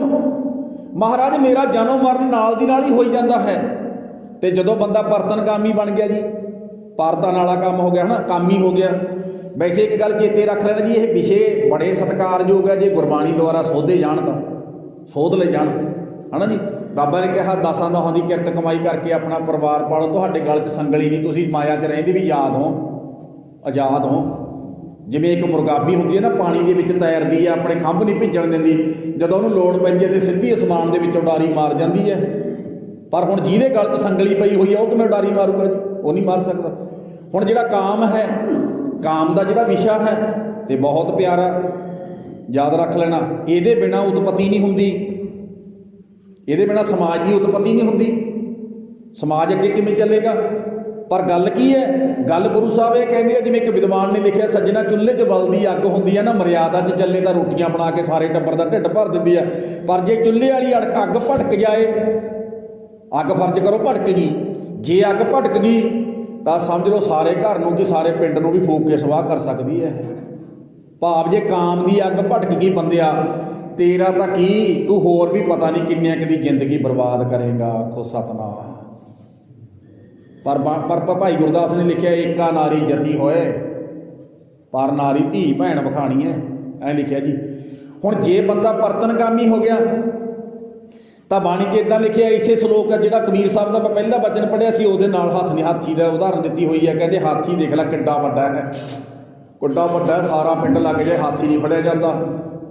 ਹਾਥੀ, ਪਰ ਹਾਥੀ ਵਿੱਚ ਕਮਜ਼ੋਰੀ ਹੈ। ਕੀ ਕਮਜ਼ੋਰੀ ਹੈ? ਹਾਥੀ ਨੂੰ ਕਾਮ ਦਾ ਰੋਗ ਹੈ, ਤੇ ਫੜਨ ਵਾਲੇ ਕਾਗਜ਼ ਦੀ ਹੱਥ ਨਹੀਂ ਬਣਾਉਂਦੇ ਆ, ਫੋਟੋ ਬਣਾਉਂਦੇ ਆ ਉਹਦਾ। ਕਾਲਬੂਤ ਕੀ ਹਸਤਨੀ ਮਨ ਬੌਰਾ ਰੇ, ਕਾਲਬੂਤ ਕਾਗਜ਼ਾਂ ਦੀ। ਕਹਿਣ ਲੱਗੇ ਹਸਤਨੀ ਬਣਾ ਕੇ ਨਾ ਤੇ ਥੱਲੇ ਬਹੁਤ ਵੱਡਾ ਖੱਡਾ ਪੁੱਟਦੇ ਆ, ਉੱਤੇ ਕੱਖਾਂ ਕਾਨਿਆਂ ਦੀ ਛੱਤ ਪਾਉਂਦੇ ਆ, ਡੂੰਘਾ ਟੋਆ ਪੁੱਟਦੇ ਹੈਗੇ। ਕਹਿਣ ਲੱਗੇ ਤਾਂ ਬਣਾ ਕੇ ਖੜਾ ਦਿੰਦੇ ਆ। ਜੰਗਲ 'ਚੋਂ ਨਿਕਲਿਆ ਹਾਥੀ ਦੇ ਕਾਮ ਦਾ ਮੱਤਾ ਹੋਇਆ, ਭੱਜ ਕੇ ਆਇਆ, ਜਦੋਂ ਆ ਕੇ ਚੜ੍ਹਿਆ ਨਾ ਕੱਖਾਂ ਕਾਨਿਆਂ ਦੀ ਛੱਤ ਦੇ ਉੱਤੇ, ਛੱਤ ਕੱਖਾਂ ਕਾਨਿਆਂ ਦੀ ਟੋਏ 'ਚ ਡਿੱਗ ਪਿਆ, ਤੇ ਕਈ ਦਿਨ ਭੁੱਖਾ ਰੱਖ ਕੇ ਮਾਰ ਕੁੰਡੇ ਸਿੱਧਾ ਕਰ ਲਿਆ। ਐਂ ਸਮਝ ਲਓ ਮੁਹਾਵਤ ਉੱਤੇ ਚੜ੍ਹ ਗਿਆ, ਜਿਹੜਾ ਬੰਦੇ ਨੂੰ ਲਵੇ ਨਹੀਂ ਸੀ ਲੱਗਣ ਦਿੰਦਾ। ਆਖੋ ਸਤਨਾਮ। ਹੁਣ ਲੋਕਾਂ ਦੀਆਂ ਗਲੀਆਂ 'ਚ ਫਿਰਦਾ, ਕੰਨ 'ਚ ਪਾ ਲੈਂਦੇ ਆ ਉਹ ਕੁੰਡਾ ਜਾ ਜੀ, ਕਦੇ ਐਂ ਮੋੜ ਲਿਆ, ਕਦੇ ਐਂ ਮੋੜ ਲਿਆ, ਕਦੇ ਐਂ ਮੋੜ ਲਿਆ, ਕਦੇ ਐਂ ਮੋੜ ਲਿਆ। ਕਹਿਣ ਲੱਗੇ ਵੀ ਐਂ ਸਮਝ ਲੈ ਸੱਜਣਾ, ਜੇ ਤੂੰ ਕਾਮੀ ਹੋ ਗਿਆ ਤੇ ਤੇਰਾ ਜੀਵਨ ਹੈ ਸਰੀਰ ਭਾਵੇਂ ਬੰਦਿਆਂ ਵਾਲਾ, ਪਰ ਹਾਥੀ ਵਾਲੀ ਜੂਨ ਭੋਗ ਰਿਹਾ ਤੂੰ, ਹਾਥੀ ਵਾਲੀ ਬੰਦੇ ਦੇ ਸਰੀਰ 'ਚ ਹੀ। ਤੇ ਸਤਿਗੁਰੂ ਜੀ ਕਹਿਣ ਲੱਗੇ, ਆਵਾਗਮਨ ਹੋਤ ਹੈ ਫੁਨ ਫੁਨ, ਇਹ ਪ੍ਰਸੰਗ ਨਾ ਟੁੱਟੈ। ਪਾਤਸ਼ਾਹ ਲੋਕੀ ਕਹਿੰਦੇ ਆ ਮਰਨ ਤੋਂ ਬਾਅਦ ਬੰਦਾ ਜੂਨਾਂ 'ਚ ਪੈਂਦਾ ਹੈ। ਸੱਚੇ ਪਾਤਸ਼ਾਹ ਤੇਰੇ ਸੱਚੇ ਸੁੱਚੇ ਉਪਦੇਸ਼ ਨਾਲ ਟੁੱਟ ਕੇ ਬੰਦਾ ਸਰੀਰ ਵਿੱਚ ਰਹਿੰਦਿਆਂ ਹੋਇਆ ਹੀ ਜੂਨਾਂ 'ਚ ਪਿਆ ਫਿਰਦਾ ਹੈ। ਕੋਈ ਤਾਂ ਮਹਾਰਾਜ ਹਾਥੀ ਬਣਿਆ ਫਿਰਦਾ, ਕੋਈ ਬਾਂਦਰ ਬਣਿਆ ਫਿਰਦਾ, ਤੇ ਕੋਈ ਕਿਸੇ ਦੀ ਨਿੰਦਿਆ ਦਾ ਭਾਰ ਉਠਾਉਂਦਾ ਫਿਰਦਾ ਹੈ। ਆਖੋ ਸਤਨਾਮ। ਐਦਾਂ ਲਿਖਿਆ ਜੀ। ਹੁਣ ਜਿਹੜੀ ਅਗਲੀ ਪੰਕਤੀ ਹੈ ਨਾ, ਉਹ ਵੀ ਦੇਖੋ ਧਿਆਨ ਨਾਲ ਸੁਣੋ। ਜੇਕਰ ਕਥਾ ਹੋਤ ਹਰ ਸੰਤਨ, ਜੇਕਰ ਪਹਿਲਾਂ ਆਹ ਪੰਕਤੀ 'ਚ ਕੁਛ ਲਿਖਿਆ, ਅਗਲੀ ਪੰਕਤੀ ਜੇਕਰ ਜਿਸ ਘਰ ਵਿੱਚ ਕਥਾ ਹੋਤ ਹੁੰਦੀ ਹੈ ਸੰਤਨ ਮੈਨੇ ਹੈ ਗੁਰੂ ਸੰਤਨ। ਇੱਕ ਨਿਮਖ ਨਾ ਕੀਨੋ ਮੈਂ ਫੇਰਾ, ਮੈਂ ਇੱਕ ਨਿਮਕ ਵਾਸਤੇ ਵੀ ਨਹੀਂ ਗਿਆ ਗੁਰਦੁਆਰੇ। ਕਈ ਤਾਂ ਵਿਰੋਧ ਕਰਦੇ ਆ ਕਥਾ ਦਾ, ਦੇਖ ਲਓ ਤੁਸੀਂ, ਐਂ ਮੱਥਾ ਲਾਉਂਦੇ ਗੁਰੂ ਨਾਲ। ਐਂ ਸਮਝ ਲੈਣਾ ਚਾਹੀਦਾ ਮੱਥਾ ਕਿਹਦੇ ਨਾਲ ਲਾ ਰਿਹਾ ਬੰਦਾ, ਗੁਰੂ ਨਾਲ। ਗੁਰਬਾਣੀ ਦੀ ਕਥਾ ਜਿਵੇਂ ਫਰਜ਼ ਕਰੋ, ਜਾਂ ਨਿਤਨੇਮ ਜਾਂ ਗੁਰਬਾਣੀ ਦਾ ਕੀਰਤਨ ਨਾਲ ਵੀ ਇਹ ਤਾਂ ਨਹੀਂ ਜੀ ਨਹੀਂ, ਇਹ ਨਹੀਂ ਫਲਾਨਾ ਨਹੀਂ, ਐਂ ਸਮਝਦਾ ਤੂੰ ਮੱਥਾ ਬਾਬੇ ਨਾਨਕ ਨਾਲ ਲਾ ਰਹੇ ਆ। ਬਾਬੇ ਨਾਨਕ ਨਾਲ ਮੱਥਾ ਲਾਇਆ ਸੀਗਾ ਬਾਬਰ ਨੇ, ਤੇ ਬਾਬਰ ਨੂੰ ਤੂੰ ਕੋਈ ਯਾਦ ਨਹੀਂ ਕਰਦਾ। ਜਿਨ੍ਹਾਂ ਨੇ ਮੱਥਾ ਲਾਇਆ ਤੇ ਮੱਥੇ ਪੜਵਾ ਕੇ ਗਏ, ਆਪਣੀ ਕੁਲਾਂ ਦਾ ਨਾਸ ਕਰਕੇ ਗਏ। ਬਾਬੇ ਨਾਨਕ ਦੇ ਝੰਡੇ ਅੱਜ ਵੀ ਝੁਲਦੇ ਆ, ਆਖੋ ਸਤਨਾਮ। ਕਈਆਂ ਦਾ ਹੋਰ ਤਾਂ ਕੋਈ ਜ਼ੋਰ ਨਹੀਂ ਚੱਲਦਾ ਵੀ ਆਹ ਕੰਮ ਵੀ ਨਸ਼ਾ ਬੰਦ ਕਰਾ ਦਈਏ, ਪਿੰਡ 'ਚੋਂ ਡੀਜੇ ਬੰਦ ਕਰਾ ਦਈਏ, ਪਿੰਡ 'ਚ ਲੱਚਰਵਾਦ ਬੰਦ ਕਰਾ ਦਈਏ। ਨਾ ਚਲੋ ਆਪਾਂ ਗੁਰਦੁਆਰੇ ਵਾਲੀ ਕਥਾ ਬੰਦ ਕਰਾਈਏ ਹੁਣ, ਚਲੋ ਆਉਣਾ ਤਾਂ ਕੀ ਹੈ, ਗੁਰੂ ਦੇ ਬਚਨ ਸੁਣਨੇ ਚਾਹੀਦੇ ਨਾ ਜੀ। ਤੇ ਇੱਕ ਮੈਂ ਬੇਨਤੀ ਕਰਨਾ, ਇੱਕ ਬਜ਼ੁਰਗ ਮੈਨੂੰ ਕਹਿੰਦਾ ਜੀ ਕੌਰ ਸਿੰਘ ਜੀ, ਮੈਂ ਕਿਹਾ ਹਾਂਜੀ ਦੱਸੋ। ਕਹਿੰਦਾ ਵੀ ਪਰਿਵਾਰਾਂ ਦੇ ਪਰਿਵਾਰ ਖਤਮ ਹੋਈ ਜਾਂਦੇ ਐ, ਵਿਗੜੀ ਜਾਂਦੇ ਐ ਬੱਚੇ, ਇਹਨਾਂ ਦਾ ਸੁਧਾਰ ਕਿਵੇਂ ਹੋਵੇ। ਮੈਂ ਕਿਹਾ ਜੀ ਤੁਸੀਂ ਕਿਵੇਂ ਦੁਨੀਆ ਦੇ ਲੋਕ ਕਿਵੇਂ ਕਰਾਉਣਾ ਚਾਹੁੰਦੇ ਆ। ਮੈਂ ਕਿਹਾ ਕਹਿੰਦਾ ਜੀ ਦੁਨੀਆ ਦੇ ਲੋਕ ਤਾਂ ਤੁਹਾਨੂੰ ਪਤਾ ਹੀ ਹੈ, ਕੋਈ ਚੇਲਿਆਂ ਕੋਲੇ ਜਾ ਕੇ ਸੁਧਾਰ ਕਰਨਾ ਚਾਹੁੰਦਾ, ਕੋਈ ਬਾਬਿਆਂ ਕੋਲੇ ਜਾ ਕੇ, ਕੋਈ ਕਬਰਾਂ 'ਤੇ, ਕੋਈ ਸਮਾਧਾਂ 'ਤੇ, ਕੋਈ ਪੀਰ ਖਾਨਾ 'ਚ, ਕੋਈ ਕਿਤੇ। ਮੈਂ ਕਹਿੰਦਾ ਜਿਹੜੀ ਆ ਗੱਲ ਗੁਰੂ ਸਾਹਿਬ ਕਹਿੰਦੇ ਆ ਨਾ, ਜੇਕਰ ਕਥਾ ਹੋਤ ਹਰ ਸੰਤਨ, ਕਥਾ ਕਾਸਤ ਵਾਸਤੇ ਹੁੰਦੀ ਹੈ ਪਤਾ ਜੀ, ਹਰ ਪਰਿਵਾਰ ਦਾ ਜੀਵਨ ਘੜਨ ਵਾਸਤੇ ਹੁੰਦੀ ਹੈ। ਜਿਹੜੇ ਸੁਣਨਗੇ ਤੇ ਸੁਣ ਕੇ ਜਿਹੜੇ ਮੰਨਣਗੇ। ਮੈਂ ਕਿਹਾ ਜੇ ਗੁਰੂ ਦੀ ਗੱਲ ਸੁਣੀ ਹੁੰਦੀ, ਗੁਰੂ ਦੀ ਗੱਲ ਮੰਨੀ ਹੁੰਦੀ ਤੇ ਗੁਰੂ ਦੀ ਕਥਾ ਹੋਈ ਹੁੰਦੀ। ਤੇ ਮੈਂ ਕਿਹਾ ਜੀ ਜਪਜੀ ਸਾਹਿਬ ਦਾ ਪਾਠ ਕਰਦੇ ਆ, ਕਹਿੰਦਾ ਜੀ ਬੜਾ ਲੰਬੇ ਚਿਰ ਦਾ ਕਰਦਾ। ਮੈਂ ਕਿਹਾ ਜੀ ਮੈਂ ਇੱਕ ਪੌੜੀ ਪੜ੍ਹਨ ਲੱਗਿਆ ਤੇ ਤੁਸੀਂ ਮੈਨੂੰ ਮੈਂ ਕਿਹਾ ਮੇਰੇ ਨਾਲ ਪੜ੍ਹਿਓ, ਤੁਸੀਂ ਵੀ ਪੜ੍ਹਿਓ ਜੀ। 4 ਪੌੜੀਆਂ ਸੁਣਿਆਂ ਦੀਆਂ ਜੀ ਤੇ 4 ਨੇ ਮੰਨਿਆਂ ਦੀਆਂ। 4 ਪੌੜੀਆਂ ਜਪਜੀ ਸਾਹਿਬ ਦੇ ਅੰਦਰ ਮੰਨਿਆਂ ਦੀਆਂ, ਤੇ ਜਿਹੜੀ ਲਾਸਟ ਪੌੜੀ ਹੈ ਨਾ, ਚੌਥੀ ਪੌੜੀ ਹੈ। ਤੇ ਤੁਸੀਂ ਵੀ ਬੀਬੀਓ ਧਿਆਨ ਨਾਲ ਸੁਣਿਓ, ਜੇ ਆਪਣੇ ਪਰਿਵਾਰ ਦਾ ਸੁਧਾਰ ਕਰਨਾ, ਪਰਿਵਾਰ ਨੂੰ ਸਿੱਧੇ ਰਸਤੇ 'ਤੇ ਤੋਰਨਾ, ਤੇ ਇੱਕ ਗੱਲ ਪੱਲੇ ਗੰਢ ਬੰਨ੍ਹ ਕੇ ਲੈ ਕੇ ਜਾਇਓ ਕਥਾ ਦੇ ਵਿੱਚ। ਤੇ ਉਹ ਪੌੜੀ ਹੈ ਜੀ ਲਾਸਟ, ਮੰਨੈ ਪਾਵੈ ਮੋਖ। ਬੋਲੋ ਜੀ ਸਾਰੇ ਬੋਲੋ, ਮੰਨੈ ਪਾਵੈ ਮੋਖ। ਪਾਵੈ ਜਿਨ੍ਹਾਂ ਨੇ ਗੁਰੂ ਦੀ ਗੱਲ ਸੁਣੀ ਕਥਾ ਦੁਆਰਾ, ਗੁਰਬਾਣੀ ਦੁਆਰਾ, ਕੀਰਤਨ ਦੁਆਰਾ, ਪਾਠ ਦੁਆਰਾ। ਮੰਨੈ ਪਾਵੈ ਮੋਖ ਦੁਆਰ, ਮੰਨੈ ਪਰਵਾਰ ਹੈ। ਬੋਲੋ ਜੀ ਪਰਵਾਰ ਹੈ ਸਾਧਾਰ।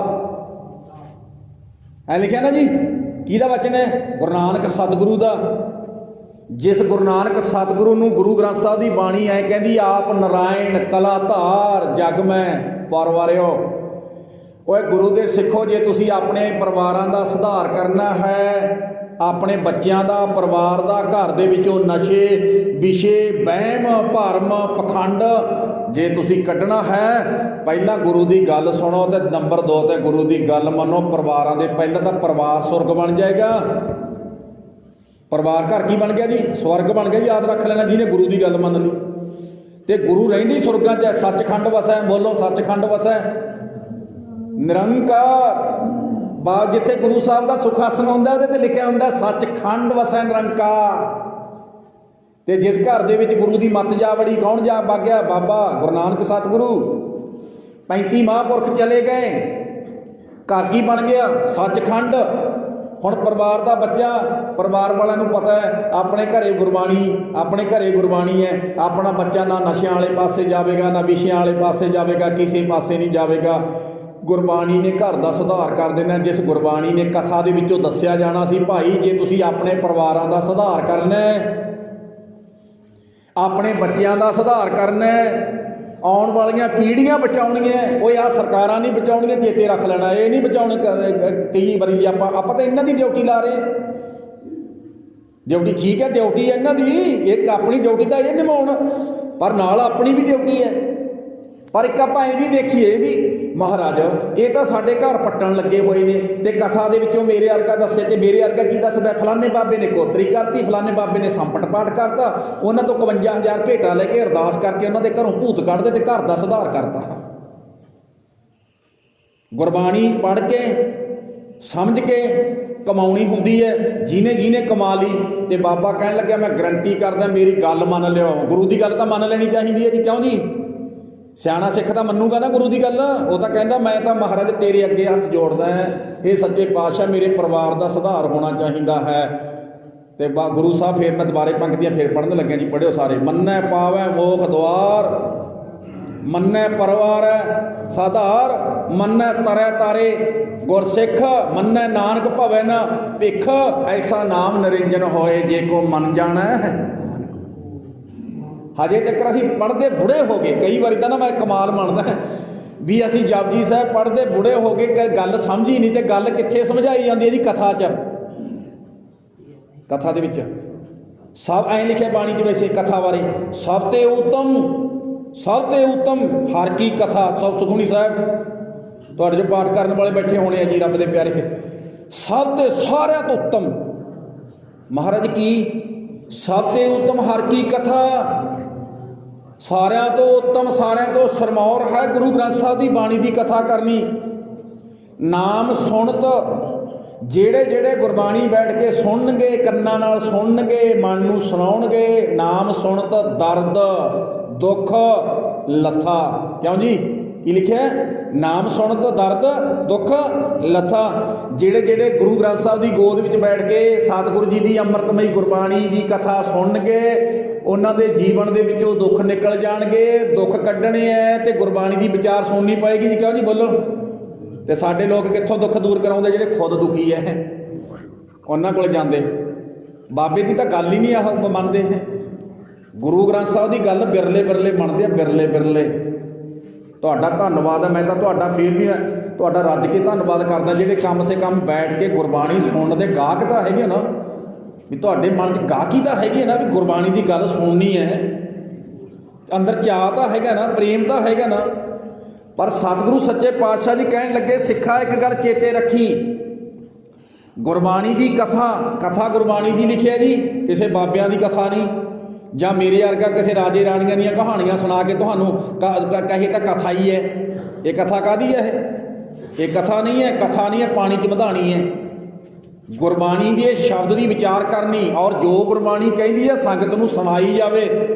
ਤੇ ਸਤਿਗੁਰੂ ਜੀ ਕਹਿਣ ਲੱਗੇ, ਹੇ ਸੱਚੇ ਪਾਤਸ਼ਾਹ ਜੀ, ਮੈਂ ਇਸ ਕਰਕੇ ਅਪਰਾਧੀ ਹਾਂ, ਜੇਕਰ ਕਥਾ ਹੋਤ ਹਰ ਸੰਤਨ, ਜਿੱਥੇ ਗੁਰੂ ਗ੍ਰੰਥ ਸਾਹਿਬ ਦੀ ਬਾਣੀ ਦੀ ਕਥਾ ਹੁੰਦੀ ਹੈ, ਗੁਰੂ ਦੀ ਗੱਲ ਹੁੰਦੀ ਹੈ, ਇੱਕ ਨਿਮਖ ਨਾ ਕੀਨੋ ਮੈਂ ਫੇਰ, ਤੇ ਖਾੜਾ ਲੱਗਿਆ ਹੋਵੇ। ਆ ਕਈ ਵਾਰੀ ਤਾਂ ਮੈਂ ਬੇਨਤੀ ਕਰਦਾ ਹੁੰਦਾ, ਜਦੋਂ ਅਸੀਂ ਕਥਾ ਕਰਨ ਜਾਈਏ ਨਾ ਭੋਗ ਤੇ ਕਿਸੇ ਦੇ ਵੀ ਖੁਸ਼ੀ ਦਾ ਅਖੰਡ ਪਾਠ ਹੋਵੇ ਹੈ ਨਾ, ਤੇ ਮੇਰੇ ਵਰਗੇ ਨੂੰ ਪਤਾ ਕਹਿੰਦੇ, ਤੁਸੀਂ ਜੀ ਐਂ ਕਰਿਓ, ਫਿਰ ਤੁਸੀਂ 40 ਮਿੰਟ ਲਾ ਦਿਓ। ਮੈਂ ਕਿਹਾ ਜੇ ਮੈਂ 50 ਲਾ ਦੇ ਫਿਰ ਕੀ ਹੋ ਜੂ? ਮੈਂ ਪੁੱਛਿਆ ਬਾਲਦਿਆਂ ਨੂੰ, ਮੈਂ ਜੇ 50 ਮਿੰਟ ਲਾ ਦੂੰ ਫਿਰ ਕੀ ਹੋ ਜੂ? ਮੈਂ ਕਿਹਾ ਸਾਨੂੰ ਇੱਦਾਂ ਹੁੰਦਾ ਵੀ ਚਲੋ ਸੰਗਤ ਟਿੱਕੀ ਬੈਠੀ ਹੈ, 5 ਮਿੰਟ ਹੋਰ ਲਾ ਦਿੰਦੇ ਹਾਂ, ਸੁਣਾ ਦਿੰਦੇ ਹਾਂ, ਹੋਰ ਲਾ ਦਿੰਦੇ ਹਾਂ। ਨਹੀਂ ਜੀ, ਫਿਰ ਸਾਡੀਆਂ ਰੋਟੀਆਂ ਠੰਡੀਆਂ ਹੁੰਦੀਆਂ ਜੀ, ਫਿਰ ਸਾਡਾ ਮਟਰ ਪਨੀਰ ਠੰਡਾ ਹੁੰਦਾ, ਸਾਡੀਆਂ ਜਲੇਬੀਆਂ ਬਹੀਆਂ ਹੁੰਦੀਆਂ। ਤੇ ਜੇ ਦੂਜੇ ਪਾਸੇ ਲੱਗੀ ਹੋਵੇ ਆਰਕੈਸਟਰਾ ਵਾਲੀ, ਖਾੜੇ ਵਾਲੀ, ਬੋਲੋ ਜੀ, ਫਿਰ ਕੀ ਕਹਿੰਦੇ? ਰੋਟੀਆਂ ਤਾਂ ਰੋਜ਼ ਹੀ ਖਾਂਦੇ ਆ, ਜਲੇਬੀਆਂ ਤਾਂ ਰੋਜ਼ ਹੀ ਖਾਂਦੇ ਆ। ਸਾਰਾ ਟੱਬਰ ਤੁਸੀਂ ਹੋਰ ਵੇਖੋ, ਕਈ ਵਾਰੀ ਮੈਂ ਤਾਂ ਕਮਾਲ ਮੰਨ ਜਾਂਦਾ, ਮੈਂ ਕਈ ਵਾਰੀ ਬੇਨਤੀ ਵੀ ਕੀਤੀ ਹੈ, ਅਸੀਂ ਕਹੀਏ ਗੁਰਬਾਣੀ ਦੀ ਪੰਗਤੀ ਤੁਹਾਨੂੰ ਸਾਰਿਆਂ ਨੂੰ ਆਉਂਦੀ ਹੈ, ਬੋਲੋ। ਭਾਗਾਂ ਵਾਲੇ ਤਾਂ ਬੋਲਦੇ ਆ, ਸਤਿਕਾਰ ਜੋ ਮੈਂ ਬੇਨਤੀ ਕਰਾਂ, ਤੁਸੀਂ ਸਾਰੇ ਬੋਲਦੇ ਹੋ ਨਾ, ਪਰ ਅਸੀਂ ਵੇਖਿਆ ਨਾ ਕਈ ਚੁੱਪ ਕਰ ਹੀ ਬੈਠੇ ਰਹਿਣਗੇ। ਤੇ ਜਦੋਂ ਲੱਗਿਆ ਹੁੰਦਾ ਨਾ ਖਾੜੇ ਵਾਲਾ ਉਹ ਸਟੇਜ ਤੇ ਆ ਕੇ ਗਾਣਾ ਲਾਉਂਦਾ ਤੇ ਡਾਂਸ ਕਰਦਾ, ਆਏ ਉਂਗਲਾਂ ਕਰ ਆਏ। ਤੇ 60 ਸਾਲ ਦਾ ਬਾਪੂ ਵੀ ਕਹਿੰਦਾ, ਨਾਲੇ ਤਾਂ ਗਾਣਾ ਗਾਈ ਜਾਂਦਾ, ਨਾਲੇ ਉਹਦੀ ਬਾਂਹ ਫੜ ਕੇ ਕਹਿੰਦਾ, ਤੂੰ ਨੱਚਣ ਨੂੰ ਰਹਿ, ਹੁਣ ਮੈਂ ਨੱਚਦਾ, ਆਖੋ ਸਤਨਾਮ। ਉਹ ਕਹਿੰਦਾ ਮੈਂ ਨੱਚਦਾ, ਆ ਜਾ ਤੂੰ ਥੱਲੇ ਉੱਤਰ, ਤੂੰ ਤਾਂ ਚੱਲ ਬਈ ਅੰਦਰ, ਤੂੰ ਤਾਂ ਅੰਦਰ ਵੜ ਜਾ, ਪੜਦੇ ਚ ਇੱਧਰ ਜਿੱਧਰੋਂ ਆਉਂਦੇ ਹੋ। ਸਾਰਾ ਟੱਬਰ ਮਿੰਟਾਂ ਸਕਿੰਟਾਂ 'ਚ ਗਾਣਾ ਸਿੱਖ ਜਾਂਦਾ। ਉਹ ਨਾਲੇ ਉਹ ਕਹਿੰਦਾ ਸਾਨੂੰ ਗਾਉਣ ਵਾਸਤੇ ਸੱਦਿਆ, ਤੁਸੀਂ ਚੁੱਪ ਕਰਕੇ ਸੁਣੋ। ਉਹ ਕਹਿੰਦਾ ਗਾਉਣ ਵਾਸਤੇ ਸਾਨੂੰ ਪੈਸੇ ਦਿੱਤੇ ਆ, ਤੁਸੀਂ ਚੁੱਪ ਕਰਕੇ ਸੁਣੋ, ਤੁਸੀਂ ਮੂਹਰੇ ਬੈਠ ਕੇ ਸੁਣੋ। ਉਹ ਕਹਿੰਦੇ ਨਹੀਂ ਅਸੀਂ ਤਾਂ ਸਾਰਾ ਟੱਬਰ ਗਾਵਾਂਗੇ। ਸਾਰਾ ਟੱਬਰ ਗਾਈ ਜਾਂਦਾ ਗੁਰੂ ਗ੍ਰੰਥ ਸਾਹਿਬ ਦੀ ਬਾਣੀ। ਗੁਰੂ ਸਾਹਿਬ ਕਹਿੰਦੇ, ਆਵੋ ਸਿੱਖ ਸਤਿਗੁਰੂ ਕੇ, ਬੋਲੋ, ਆਵੋ ਸਿੱਖ ਸਤਿਗੁਰੂ ਕੇ, ਉੱਚੂ ਬੋਲੋ ਜੀ, ਆਵੋ ਸਿੱਖ ਸਤਿਗੁਰੂ ਕੇ। ਪਿਆਰਿਓ ਕੀ ਕਰੀਏ ਮਹਾਰਾਜ, ਗਾਵੋ ਸੱਚੀ। ਉਹ ਗੁਰੂ ਦੇ ਆਖੇ ਲਾ ਕੇ ਬਾਣੀ ਗਾ ਲੈਣੀ ਚਾਹੀਦੀ ਹੈ ਕਿ ਨਹੀਂ? ਫਿਰ ਤੇ ਸਾਡੇ ਮੂਹਰੇ ਘੜੀਆਂ ਕਰ, ਹਾਂ ਸਾਡੀਆਂ ਜਲੇਬੀਆਂ ਨਾ ਠੰਡੀਆਂ ਹੋ ਜਾਣ, ਤੇ ਫਿਰ ਉਹਨਾਂ ਨੂੰ ਸਾਡੇ ਮੂਹਰੇ ਤਾਂ ਉਹ ਵੀ ਪਾਟਿਆ ਨੋਟ ਹੁੰਦਾ 10 ਦਾ, ਕਈ ਵਾਰੀ ਤਾਂ ਇਹੋ ਜਿਹਾ ਵੀ ਦੇ ਜਾਂਦੇ ਜਿਹੜਾ ਚੱਲਦਾ ਨਹੀਂ ਹੁੰਦਾ ਕਿਤੇ। ਮੈਂ ਕਿਤੇ ਕਥਾ ਕਰਨ ਗਿਆ 5 ਨੋਟ ਦਿੱਤੇ ਮੈਨੂੰ 500 ਦੇ, ਪੰਜੇ ਧੋਤੇ ਹੋਏ ਫੜਾ ਦੇ, ਮੇਰੀ ਜੇਬ 'ਚ ਪਾ ਗਿਆ ਇਹ। ਪੈਟਰੋਲ ਪੰਪ 'ਤੇ ਆ ਕੇ ਮੈਂ ਤੇਲ ਪਵਾ ਲਿਆ, ਭਈਏ ਨੂੰ ਪੈਸੇ ਫੜਾਏ, ਉਹ ਕਹਿੰਦਾ ਜੀ ਇਹ ਨਹੀਂ ਚੱਲਦਾ ਸਰਦਾਰ ਜੀ, ਧੋਤਾ ਹੋਇਆ ਹੈ। ਮੈਂ ਕਿਹਾ ਦੂਜਾ ਫੜਾਤਾ, ਕਹਿੰਦਾ ਇਹ ਵੀ ਨਹੀਂ ਚੱਲਦਾ। ਤੀਜਾ ਫੜਾਤਾ, ਇਹ ਵੀ ਨਹੀਂ ਚੱਲਦਾ। ਚੌਥਾ ਫੜਾਇਆ, ਉਹ ਵੀ ਨਹੀਂ। ਜਦੋਂ ਪੰਜਵਾਂ ਫੜਾਇਆ ਕਹਿੰਦਾ ਇਹ ਵੀ ਨਹੀਂ ਪਾਉਣਾ। ਮੈਂ ਕਿਹਾ ਮੇਰੇ ਨਾਲ ਵੀ ਠੱਗੀ ਮਾਰ ਗਿਆ ਬੰਦਾ, ਆਖੋ ਸਤਨਾਮ। ਜਦ ਤੇ ਰੱਖ ਲੈਣਾ, ਜੇ ਮੇਰੀ ਜੇਬ 'ਚ ਹੋਰ ਪੈਸੇ ਨਾ ਹੁੰਦੇ ਤੇ ਐਂ ਸਮਝ ਲਓ ਇੱਕ ਤਰ੍ਹਾਂ ਦੀ ਬੇਇੱਜ਼ਤੀ ਕਰਵਾਤੀ ਸੀ ਵੀ ਚਲ ਆਪਣੇ ਕੋਲ ਤਾਂ ਪੈਸੇ ਹੈਗੇ ਆ। ਉਹਨਾਂ ਨੂੰ 500 ਦਾ ਨੋਟ ਆਏ ਉਂਗਲਾਂ 'ਚ, ਉਂਗਲ 'ਚ ਲੈ ਕੇ। ਮੇਰੇ ਵਰਗੇ ਦਾ ਲੰਡੂ ਪੈਗ ਲੱਗਿਆ ਤੇ ਐਂ ਡਾਂਸ ਕਰਦਾ ਜਾਂਦਾ, ਉਹਨੂੰ 500 ਦਾ ਨੋਟ ਦੇ ਕੇ ਪਤਾ ਕਹਿੰਦਾ ਆਹ ਜਿਹੜਾ ਗੰਦਾ ਗਾਣਾ ਪਹਿਲਾਂ ਸੁਣਾਇਆ ਦੁਬਾਰੇ ਫੇਰ ਸੁਣਾ, ਸਾਡਾ ਟੱਬਰ ਸੁਣਨ ਦਾ ਚਾਹ ਬਾਣਾ ਹੈ, ਅਸੀਂ ਤਾਂ ਨਾਲ ਨੱਚਾਂਗੇ ਵੀ, ਗਾਣਾ ਵੀ ਗਾਵਾਂਗੇ। ਪਰ ਜਦੋਂ ਬਾਬਾ ਕਹਿਣ ਲੱਗਿਆ ਵੀ ਕਥਾ ਹੁੰਦੀ ਹੈ ਬਾਈ ਬੋਲੋ ਤੇ ਉਦੋਂ ਚੁੱਪ। ਤੇ ਜਿਹੜੀ ਜ਼ਬਾਨ ਚੁੱਪ ਕਰ ਜੇ, ਬਾਣੀ 'ਚ ਸਿੱਧੀ ਸਪਸ਼ਟ ਲਿਖਿਆ ਇਹ ਜੇਬਾਂ ਘਰੋਂ 7 ਖੰਡ, ਉਹ ਤੇਰੇ 7 ਟੋਟੇ ਕਰਦੇ ਆ। ਕਿਉਂ? ਜਾਮ ਨਾ ਉਚਰ ਸ੍ਰੀ ਗੋਬਿੰਦ, ਤੂੰ ਬਾਬੇ ਦੀ ਬਾਣੀ ਨਹੀਂ ਪੜ੍ਹਦੀ, ਤੂੰ ਰੱਬ ਦਾ ਨਾਮ ਨਹੀਂ ਲੈਂਦੀ, ਤੇ ਤੇਰੇ ਤਾਂ ਟੋਟੇ ਕਰ ਦੇਣੇ ਚਾਹੀਦੇ ਆ, ਟੋਟੇ। ਤੇ ਇੱਧਰਲੇ ਪਾਸੇ ਫਿਰ ਚੁੱਪ ਹੋ ਜਾਂਦੀ ਹੈ, ਚੁੱਪ। ਤੇ ਕਈ ਵਾਰੀ ਤਾਂ ਮੈਂ ਕਹਿੰਦਾ ਹੁਣ ਨੱਚਣ ਵਾਲਾ ਪਤਾ ਕੀ ਕਰ ਗਿਆ, ਗੁਰਬਾਣੀ ਨੇ ਕੀ ਬਣਾਉਣਾ ਹੈ, ਸਾਨੂੰ ਦੇਵਤੇ ਬਣਾਉਣਾ ਹੈ, ਸਾਡੇ ਘਰਾਂ ਦਾ ਸੁਧਾਰ ਕਰਨਾ ਹੈ, ਤੇ ਉਹਨਾਂ ਨੇ ਸਾਡੇ ਘਰ ਪੱਟਣੇ ਹੈ, ਸਾਰਾ ਟੱਬਰ ਨਚਾਰਾਂ ਦਾ ਬਣਾ ਗਿਆ। ਫਿਰ ਮੇਰੇ ਵਰਗਾ ਆਪਣੇ ਮਨ 'ਚੋਂ ਭੁਲੇਖਾ ਤਾਂ ਦੂਰ ਕਰ ਲੈ, ਮੈਂ ਬਾਬੇ ਨਾਨਕ ਦਾ ਸਿੱਖ ਹੈ। ਬਾਬੇ ਨਾਨਕ ਦਾ ਸਿੱਖ ਨਹੀਂ ਹੈਗਾ ਬਾਈ, ਤੂੰ ਤਾਂ ਆਰਕੈਸਟਰਾ ਵਾਲਾ ਹੈ, ਆਖੋ ਸਤਨਾਮ। ਇੱਕ ਨੂੰ ਤਾਂ ਫਿਰ ਮੈਨੂੰ ਕਹਿਣੀ ਪਿਆ, ਮੈਂ ਕਿਹਾ ਐਂ ਕਰੀ ਹੁਣ ਤੂੰ, ਤੂੰ ਐਂ ਕਰੀ ਹੁਣ, ਤੁਸੀਂ ਸਾਰਾ ਟੱਬਰ ਨੱਚ ਤਾਂ ਲਏ। ਕਹਿੰਦਾ ਹਾਂ। ਮੈਂ ਕਿਹਾ ਬਾਹਰ ਗਏ ਆਪਣੇ ਬੋਰਡ ਲਾ ਲਿਖ ਕੇ ਵੀ ਜੇ ਤੁਸੀਂ ਵਿਆਹ ਦੀ ਬੁਕਿੰਗ ਕਰਾਉਣੀ ਹੈ ਨਾ, ਹੁਣ ਤੁਹਾਨੂੰ ਸ਼ਹਿਰ ਜਾਣ ਦੀ ਲੋੜ ਨਹੀਂ, ਵੀ ਆਰਕੈਸਟਰਾ ਵਾਲੀਆਂ ਉੱਥੋਂ ਲਿਆਉਣੀਆਂ ਪੈਣਗੀਆਂ, ਸਾਡਾ ਸਾਰਾ ਟੱਬਰ ਹੀ ਨੱਚਣ ਜਾਣਦਾ, ਅਸੀਂ ਸਾਰ ਦਿਆਂਗੇ, ਆਖੋ ਸਤਨਾਮ। ਰੱਜ ਕੇ ਪੈਸੇ ਕਮਾ ਲਓ ਨਾ, ਫਿਰ ਸਿੱਖ ਕਿਹੜੇ ਰਹਿ ਗਏ ਤੁਸੀਂ, ਕਿ ਰਹਿ ਗਏ ਜੀ? ਬੋਲੋ, ਨੱਚਣ ਵਾਲਾ ਸਿੱਖ ਹੈਗਾ ਜੀ, ਗੰਦੇ ਗਾਣੇ ਗਾਉਣ ਵਾਲਾ? ਬੋਲੋ, ਉੱਚੂ ਬੋਲੋ ਜੀ, ਸਿਆਣੇ ਬੈਠੇ ਹੋ, ਡਰਦੇ ਕਿਉਂ? ਉੱਚੂ ਬੋਲੋ। ਨਹੀਂ, ਆਹ ਬਾਬੇ ਦੀ ਗੋਦ ਵਿੱਚ ਬੈਠੇ ਆ ਆਪਾਂ, ਸ਼ੇਰ ਬਾਬੇ ਦੀ ਗੋਦ ਵਿੱਚ ਬੈਠੇ ਆ, ਇੱਥੇ ਡਰਨਾ ਨਹੀਂ ਚਾਹੀਦਾ, ਖੁੱਲ੍ਹ ਕੇ ਬੋਲਣਾ ਚਾਹੀਦਾ ਹੈ। ਉਹ ਤੂੰ ਸਿੱਖ ਨਹੀਂ ਰਿਹਾ, ਠੀਕ ਹੈ? ਆਪਾਂ ਨੂੰ ਜਾਣਾ ਪੈਂਦਾ ਵਿਆਹ ਸ਼ਾਦੀ, ਤੁਸੀਂ ਵੀ ਜਾਂਦੇ, ਆਪਾਂ ਵੀ ਜਾਂਦੇ, ਅਗਲੇ ਦਾ ਸ਼ਗਨ ਦਿੱਤਾ, ਚਾਹ ਪੀਓ ਮੁੜਾਓ। ਇਹ ਤਾਂ ਨਹੀਂ ਹੈਗਾ ਰਲ ਕੇ ਨੱਚਣ ਲੱਗ ਜਾਓ ਨਾਲ। ਗੁਰੂ ਸਾਹਿਬ ਕਹਿਣ ਲੱਗੇ ਜੇਕਰ ਕਥਾ ਹੋਤ ਹਰ ਸੰਤਨ, ਇੱਕ ਨਿਮਖ ਨਾ ਕੀਨੋ ਮੈਂ ਫੇਰਾ। ਮਹਾਰਾਜ ਇੱਥੇ ਕਥਾ ਹੁੰਦੀ ਹੈ, ਇੱਕ ਨਿਮਖ ਨਾ ਕੀਨੋ ਮੈਂ ਫੇਰਾ, ਇੱਕ ਨਿਮਖ ਵਾਸਤੇ ਵੀ ਨਹੀਂ ਗਿਆ ਮੈਂ ਤਾਂ ਸੁਣਦਾ ਹੀ ਨਹੀਂ ਮਹਾਰਾਜ।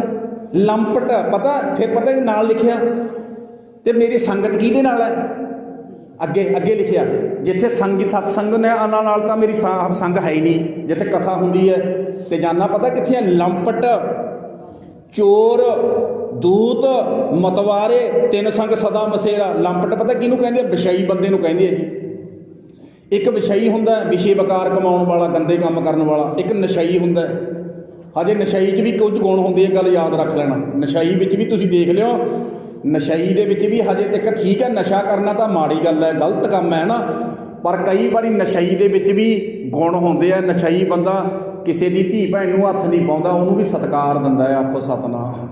ਬਹੁਤਿਆਂ ਦੇ ਵਿੱਚ ਇੱਦਾਂ ਹੈ, ਮੈਂ ਬੇਨਤੀ ਕਰਦਾ। ਪਰ ਵਿਸ਼ਈ ਬੰਦਾ ਬਹੁਤ ਖਤਰਨਾਕ ਹੈ,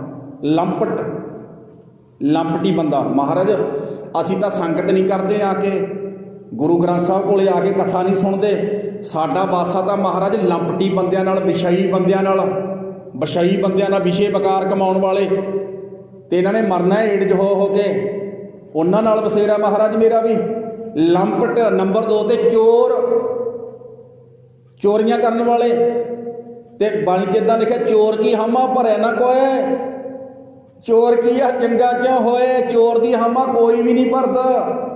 ਚੋਰੀ ਕਰਨਾ ਚੰਗਾ ਕੰਮ ਨਹੀਂ ਹੈ ਕਿ ਚੰਗਾ ਜੀ? ਬੋਲੋ। ਮਹਾਰਾਜ ਮੇਰੀ ਸੰਗਤ ਦਾ ਚੋਰਾਂ ਨਾਲ ਹੈ, ਵਿਸ਼ਈ ਬੰਦਿਆਂ ਨਾਲ ਹੈ, ਲੰਪਟ, ਚੋਰ। ਅੱਗੇ ਕੀ ਲਿਖਿਆ? ਦੂਤ। ਤੇ ਦੂਤ ਕਿਹਨੂੰ ਕਹਿੰਦੇ ਆ? ਦੂਤ ਬਾਣੀ 'ਚ ਇੱਦਾਂ ਲਿਖਿਆ ਦੁੰਦਰ ਦੂਤ ਭੂਤ ਪੀ ਹਾਲੇ, ਖੀਂਚੋ ਤਾਣ ਕਰੈ ਬੇਤਾਲੇ। ਦੂਤ ਕਹਿੰਦੇ ਸੱਜਣਾ, ਦੂਤ ਕਹਿੰਦੇ ਆ ਜਮਦੂਤ ਨੂੰ। ਕਹਿਣ ਲੱਗੇ ਜਿਹੜੇ ਜਮਦੂਤਾਂ ਵਰਗੇ ਲੋਕ ਹੈ, ਜਿਨ੍ਹਾਂ ਨੇ ਪਰਿਵਾਰਾਂ ਦੇ ਪਰਿਵਾਰ ਹੜੱਪ ਕਰ ਦਿੱਤੇ ਆ, ਉਹੋ ਜਿਹੇ ਬੰਦਿਆਂ ਨਾਲ ਰਹਿਣਾ ਸਹਿਣਾ ਮੇਰਾ ਮਹਾਰਾਜਾ, ਆਖੋ ਸਤਨਾਮ। ਲੰਪਟ, ਚੋਰ, ਦੂਤ, ਮਤਵਾਰੇ, ਮੱਤੇ ਹੋਏ, ਮਤਵਾਰੇ, ਨਸ਼ੇ 'ਚ ਮੱਤੇ ਹੋਏ ਬੰਦਿਆਂ ਨੂੰ। ਇੱਕ ਹੁੰਦਾ ਜੀ ਵਾਰੀ ਨਸ਼ਾ, ਸ਼ਰਾਬ ਦਾ ਨਸ਼ਾ ਉਹਨੇ ਸ਼ਾਮ ਨੂੰ ਪੀਤਾ, ਸੁਬਾਹ ਲੁੱਤਰ ਗਿਆ, ਸੁਬਾਹ ਅਗਲਾ ਇਸ਼ਨਾਨ ਪਾਣੀ ਕਰਕੇ ਗੁਰਦੁਆਰੇ ਆ ਗਿਆ। ਐਂ ਸਮਝ ਲਓ ਵੀ ਇਹਦੇ ਸੁਧਰਨ ਦਾ ਚਾਂਸ ਹੈ ਵੀ ਬੰਦਾ ਸੁਧਰ ਜੂਗਾ ਜਦੋਂ ਗੁਰਦੁਆਰੇ ਆਉਣ ਲੱਗਾ, ਹੌਲੀ ਹੌਲੀ ਕਰਕੇ ਛੱਡ ਜੂਗਾ, ਕੋਈ ਗੱਲ ਨਹੀਂ। ਇੱਕ ਨਸ਼ਾ ਕਾਮ ਦਾ, ਜਿਹਨੂੰ ਚੜ੍ਹ ਗਿਆ ਬਰਬਾਦੀ ਕਰੇ ਬਿਨਾਂ ਛੱਡਦਾ ਨਹੀਂ। ਆਖੋ ਸਤਨਾਮ, ਛੱਡਦਾ ਨਹੀਂ। ਹਾਂ ਗੁਰੂ ਤਾਂ ਲਾਉਂਦਾ, ਗੁਰੂ ਕੋਲ ਟੀਕੀ ਇਹੋ ਜਿਹੇ ਨੇ। ਆ ਟੀਕਾ ਲੱਗਦਾ ਹੈ, ਹਾਂ ਜਿਹੜਾ ਆਪਾਂ ਗੁਰਬਾਣੀ ਦੀ ਕਥਾ ਕਰਦੇ ਹਾਂ, ਕਾਹਦਾ ਟੀਕਾ? ਵੀ ਜਿਹੜੇ ਨੇ ਲਵਾ ਲਿਆ। ਤੇ ਟੀਕੇ ਦਾ ਕੰਮ ਕੀ ਹੁੰਦਾ? ਦਵਾਈ ਦਾ ਕੰਮ ਕੀ ਹੁੰਦਾ? ਤੰਦਰੁਸਤੀ ਦੇਣੀ। ਕਾਮ ਦਾ ਰੋਗ ਗੁਰੂ ਨੇ ਕੱਢ ਦੇਣਾ। ਉਹ ਕਹਿੰਦਾ ਵੀ ਆਪਾਂ ਅੱਜ ਤੋਂ ਬਾਅਦ ਆਪਾਂ ਇਹੋ ਜਿਹੇ ਬੰਦਿਆਂ ਨਾਲ ਨਹੀਂ ਰਲਦੇ ਬਾਈ, ਨਾ ਬਾਈ ਆਪਾਂ ਤਾਂ ਛੱਡਿਆ। ਆਪਾਂ ਤਾਂ ਹੁਣ ਗੁਰਦੁਆਰੇ ਸਾਹਿਬ ਜਾਇਆ ਕਰਾਂਗੇ, ਗੁਰੂ ਗ੍ਰੰਥ ਸਾਹਿਬ ਦੀ ਬਾਣੀ ਪੜ੍ਹਿਆ ਕਰਾਂਗੇ, ਸੇਵਾ ਕਰਿਆ ਕਰਾਂਗੇ, ਸਿਮਰਨ ਕਰਿਆ ਕਰਾਂਗੇ। ਇਹ ਟੀਕੇ ਹੈ, ਇਹ ਟੀਕੇ ਨੇ ਗਿਆਨ ਦੇ, ਪਰ ਕਿਸੇ ਭਾਗਾਂ ਵਾਲੇ ਦੇ ਲੱਗਦੇ ਆ। ਭਾਗਾਂ ਵਾਲੇ ਦੇ ਬਹੁਤੇ ਲੋਕ ਬਾਬੇ ਵੀ ਦੀ ਬਾਂਹ ਹੀ ਨਹੀਂ ਕੱਢਦੇ ਵੀ ਟੀਕਾ ਲਾਉਂਦੇ। ਆਖੋ ਸਤਨਾਮ, ਉਹ ਕੱਢਦੇ ਨਹੀਂ। ਉਹ ਕਹਿੰਦੇ ਨਾ ਨਾ ਬਾਬਾ ਤੈਨੂੰ ਨਬਜ਼ ਨਹੀਂ ਫੜਾਉਣੀ, ਨਬਜ਼ ਤਾਂ ਅਸੀਂ ਚੇਲੇ ਕੋਲ ਜਾਵਾਂਗੇ, ਇਸ ਤਰ੍ਹਾਂ ਗਾਹਾਂ ਜਾਵਾਂਗੇ। ਇਸ ਲੰਪਟ, ਚੋਰ, ਦੂਤ, ਮਤਵਾਰੇ, ਤਿੰਨ ਸੰਗ ਸਦਾ ਬਸੇਰਾ। ਤਿੰਨ ਸੰਗ ਸਦਾ 24 ਘੰਟੇ ਇਹਨਾਂ ਨਾਲ ਹੀ ਰਹਿੰਦਾ। ਮਹਾਰਾਜ ਮੈਂ ਗੁਰਦੁਆਰੇ ਨਹੀਂ ਜਾਂਦਾ। ਲੰਪਟ, ਚੋਰ, ਦੂਤ, ਮਤਵਾਰੇ, ਤਿੰਨ ਸੰਗ ਸਦਾ ਬਸੇਰਾ। ਕਾਮ ਕ੍ਰੋਧ, ਅੱਗੇ ਅਗਲੀ ਪੰਕਤੀ ਹੈ ਜੀ, ਕਾਮ ਕ੍ਰੋਧ ਮਾਇਆ ਮਦ ਮਤਸਰ। ਹੁਣ ਇਹ ਦੇਖੋ, ਇਹ ਵੀ ਲਿਖਿਆ ਹੋਇਆ ਕਾਮ ਦਾ, ਕ੍ਰੋਧ, ਮੋਹ, ਮਾਇਆ, ਮਦ, ਨਸ਼ਾ। ਮਹਾਰਾਜ ਮੈਨੂੰ 4 ਚੀਜ਼ਾਂ ਦਾ ਨਸ਼ਾ ਹੈ। ਕਾਮ ਦਾ, ਕ੍ਰੋਧ ਦਾ, ਹੰਕਾਰ ਦਾ, ਮੋਹ ਦਾ, ਮਾਇਆ ਦਾ। ਜਿਸ ਬੰਦੇ ਦੇ ਇਹ ਚਾਰੇ ਚੀਜ਼ਾਂ ਦਾ ਨਸ਼ਾ ਸਿਰ ਚੜ੍ਹ ਕੇ ਬੋਲਣ ਲੱਗ ਗਿਆ, ਗੁਰੂ ਤਾਂ ਬਚਾ ਸਕਦਾ ਜੇ ਘਰਮ ਜਾ ਗਿਆ ਉਹਨਾਂ, ਨਹੀਂ ਦੁਨੀਆ ਦੀ ਕੋਈ ਤਾਕਤ ਇਹਨੂੰ ਬਚਾ ਨਹੀਂ ਸਕਦੀ। ਆਖੋ ਸਤਨਾਮ। ਜਿਸ ਬੰਦੇ ਦੇ ਸਿਰ, ਹਾਂ ਰਹਿੰਦਾ ਬਾਬੇ ਨਾਨਕ ਦਾ ਸਿੱਖ ਵੀ ਮਾਇਆ 'ਚ ਹੀ ਹੈ ਜੀ, ਰਹਿੰਦਾ ਪਰਿਵਾਰ ਦੇ ਮੋਹ 'ਚ ਹੀ ਹੈ, ਪਰਿਵਾਰ ਵੀ ਪਾਲਦਾ, ਰਹਿੰਦਾ ਬਾਬੇ ਦਾ ਸਿੱਖ ਵੀ ਇੱਥੇ ਹੀ ਹੈ। ਉਹਦੇ ਕੋਲ ਵੀ ਪੈਸਾ ਬਥੇਰਾ, ਉਹਦਾ ਵੀ ਕਾਰੋਬਾਰ ਬਹੁਤ ਤਕੜਾ, ਪਰ ਉਹਦੇ ਸਿਰ 'ਤੇ ਮਾਇਆ ਚੜ੍ਹੀ ਨਹੀਂ ਹੋਈ। ਉਹ ਆਪਣੀ ਮਾਇਆ ਦੇ ਨਾਲ ਕਿਸੇ ਲੋੜਵੰਦ ਦੀ ਸੇਵਾ ਵੀ ਕਰ ਦਿੰਦਾ, ਵੀ ਲੈ ਵੀ ਸੱਜਣਾ ਤੈਨੂੰ ਲੋੜ ਹੈ, ਤੇਰਾ ਕਾਰੋਬਾਰ ਕਰ ਦੇ, ਕੋਈ ਗੱਲ ਨਹੀਂ, ਤੇਰੇ ਘਰ ਲੜਕੀ ਦਾ ਵਿਆਹ ਹੈ, ਕੋਈ ਬਿਮਾਰੀ ਠਮਾਰੀ ਹੈ, ਲੈ ਜਾ, ਕੋਈ ਗੱਲ ਨਹੀਂ।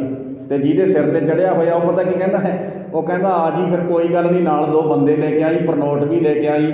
ਲਿਖਿਆ ਭਾਵੇਂ 2 ਰੁਪਈਏ ਹੁੰਦਾ, ਪਰ ਠੋਕਿਆ 5 ਰੁਪਈਏ ਹੁੰਦਾ। ਆਖੋ ਸਤਨਾਮ। ਉੱਥੇ 2 ਲਿਖਿਆ ਹੁੰਦਾ, ਪਰ ਠੋਕਿਆ ਅਗਲੇ ਨੂੰ 5 ਹੁੰਦਾ। ਨਸ਼ਾ ਹੋਰ ਇਕੱਠੀ ਕਰਨੀ ਹੈ, ਤੇ ਮੈਂ ਪਰਸੋਂ ਚੌਥੇ ਬੇਨਤੀ ਕੀਤੀ ਸੀ, ਪਾਪਾਂ ਬਾਝੋ ਹੋਵੇ ਨਹੀਂ, ਮੋਇਆ ਸਾਥ ਨਾ ਜਾਈ। ਪਾਪ ਕਰੇ ਤੋਂ ਬਗੈਰ ਮਾਇਆ ਇਕੱਠੀ ਹੋ ਹੀ ਨਹੀਂ ਸਕਦੀ, ਗਰੰਟੀ ਹੈ ਗੁਰੂ ਗ੍ਰੰਥ ਸਾਹਿਬ ਦੀ। ਤੇ ਮਰੇ ਦੇ ਨਾਲ ਵੀ ਨਹੀਂ ਜਾਂਦੀ। ਹਾਂ ਇੱਕ ਗੱਲ ਜਾਂਦੀ ਹੈ, ਜਿਹੜੀ ਮਾਇਆ ਕਮਾਉਣ ਵਾਸਤੇ ਪਾਪ ਕੀਤੇ ਆ, ਪਾਪਾਂ ਦੇ ਪੱਥਰ ਦਾ ਗਲ 'ਚ ਪੈ ਕੇ ਜ਼ਰੂਰ ਜਾਣਗੇ। ਆਖੋ ਸਤਨਾਮ। ਤੇ ਸਤਿਗੁਰੂ ਜੀ ਕਹਿਣ ਲੱਗੇ, ਕਾਮ, ਕ੍ਰੋਧ, ਮਾਇਆ ਮਦ ਮਤਸਰ, ਇਹ ਸੰਪ ਹੈ, ਮੋਹ ਮਾਹੀ। ਸੰਪ ਦਾ ਅਰਥ ਹੈ ਸੰਪਤੀ ਇਕੱਠੀ ਕਰਨੀ। ਮਹਾਰਾਜ ਆਹ ਸੰਪਤੀ ਹੈ ਮੇਰੇ ਕੋਲੇ, ਕਾਮ ਦੀ, ਕ੍ਰੋਧ ਦੀ, ਲੋਭ ਦੀ, ਮੋਹ ਦੀ, ਮਾਇਆ ਦੀ। ਦਇਆ ਧੱਕ ਕੇ ਹੈ ਕੀ ਨਹੀਂ? ਅੱਗੇ ਲਿਖਿਆ, ਦਇਆ, ਧਰਮ ਔਰ ਗੁਰ ਕੀ ਸੇਵਾ। 3 ਚੀਜ਼ਾਂ ਹੈ ਨਹੀਂ ਮਹਾਰਾਜ ਮੇਰੇ ਕੋਲੇ, ਇਸ ਕਰਕੇ ਤਾਂ ਅਪਰਾਧੀ ਹੈ। ਰਹਾਉ ਦੇ ਮਨ 'ਚ ਲਿਖਿਆ, ਗੋਬਿੰਦ ਹਮ ਐਸੇ ਅਪਰਾਧੀ। ਵੈਸੇ ਹਰੇਕ ਪੰਕਤੀ ਨਾਲ ਪੜ੍ਹੀ ਜਾਂਦੀ ਹੁੰਦੀ ਹੈ ਜੀ, ਮੈਂ ਬੇਨਤੀ ਕਰਦਾ ਰਹਾਉ ਦੀ ਪੰਕਤੀ, ਕਿਉਂਕਿ ਉਹਨੂੰ ਸਿਧਾਂਤ ਨੂੰ ਸਪਸ਼ਟ ਕਰਨ ਵਾਸਤੇ ਹੁੰਦੀ ਹੈ ਜੀ। ਤੇ ਸਤਿਗੁਰੂ ਜੀ ਕਹਿਣ ਲੱਗੇ ਨਾ, ਮੇਰੇ ਕੋਲੇ ਆਹ ਚੀਜ਼ ਹੈ, ਕਾਮ ਹੈ, ਕ੍ਰੋਧ ਹੈ, ਲੋਭ ਹੈ, ਹੰਕਾਰ ਹੈ, ਇਹਦਾ ਨਸ਼ਾ ਹੈ। ਜੇ ਹੈ ਹੀ ਨਹੀਂ ਮੇਰੇ ਕੋਲੇ ਦਇਆ ਨਹੀਂ ਹੈਗੀ। ਤੇ ਗੁਰੂ ਦੇ ਸਿੱਖ ਕਿੰਨੇ ਦਇਆਵਾਨ ਹੈ। ਮੈਂ ਕੱਲ੍ਹ ਵੀ ਬੇਨਤੀ ਕੀਤੀ ਸੀ, ਉੱਥੇ ਜਾ ਵੜੇ ਜੰਗ 'ਚ, ਦਵਾਈਆਂ ਵੰਡ ਰਹੇ ਹੈ, ਲੰਗਰ ਵੰਡ ਰਹੇ ਹੈ, ਦੇਸ਼ ਉੱਜੜ ਰਿਹਾ ਹੈ। ਦਇਆਵਾਨ ਹੀ ਬੰਦਾ ਕਿਸੇ ਦੇ ਮੱਲਮ ਪੱਟੀ ਕਰ ਸਕਦਾ, ਨਹੀਂ ਤਾਂ ਘਰੇ ਵੀ ਨਹੀਂ ਕਰਦੇ ਕੋਈ। ਆਖੋ ਸਤਨਾਮ। ਦਇਆ, ਧਰਮ ਹੈ ਨਹੀਂ। ਤੇ ਮੈਂ ਬੇਨਤੀ ਕਰਨਾ, ਚੱਲ ਫੇਰ ਕਰਾਂਗੇ ਜੀ ਕਦੇ ਆਪਾਂ ਵਿਚਾਰ। ਧਰਮ ਦਾ ਮਤਲਬ ਪਤਾ ਕੀ ਹੁੰਦਾ? ਧਰਮ ਦੇ ਅਰਥ ਸਾਡੇ ਲੋਕਾਂ ਨੂੰ ਅਜੇ ਤੱਕ ਹੀ ਨਹੀਂ ਪਤਾ ਲੱਗਿਆ ਵੀ ਧਰਮ ਦਾ ਮਤਲਬ ਕੀ ਹੁੰਦਾ। ਧਰਮ ਦੀਆਂ ਗੱਲਾਂ ਬਹੁਤ ਕਰਦੇ ਹਾਂ ਅਸੀਂ, ਵੀ ਧਰਮ ਦੇ ਐਂ ਹੋਣਾ ਚਾਹੀਦਾ ਜੀ, ਇੱਦਾਂ ਜੀ, ਇੱਦਾਂ ਜੀ, ਇੱਦਾਂ। ਧਰਮ ਬਾਰੇ ਅਜੇ ਤੱਕ ਬੰਦੇ ਨੂੰ ਪਤਾ ਨਹੀਂ। ਧਰਮ ਕਹਿੰਦੇ ਕਿਹਨੂੰ ਹੈ? ਧਰਮ ਕਮਾਇਆ ਕਿੱਥੇ ਜਾਂਦਾ ਹੈ? ਧਰਮ ਕਮਾਇਆ ਕਿੱਥੇ ਜਾਂਦਾ? ਤੇ ਧਰਮ ਦੇ ਅਰਥ ਕੀ ਹੈ? ਧਰਮ ਕਈ ਵਾਰੀ ਤਾਂ ਧੜਿਆਂ ਨੂੰ ਹੀ ਧਰਮ ਸਮਝੀ ਬੈਠੇ ਆਪਾਂ।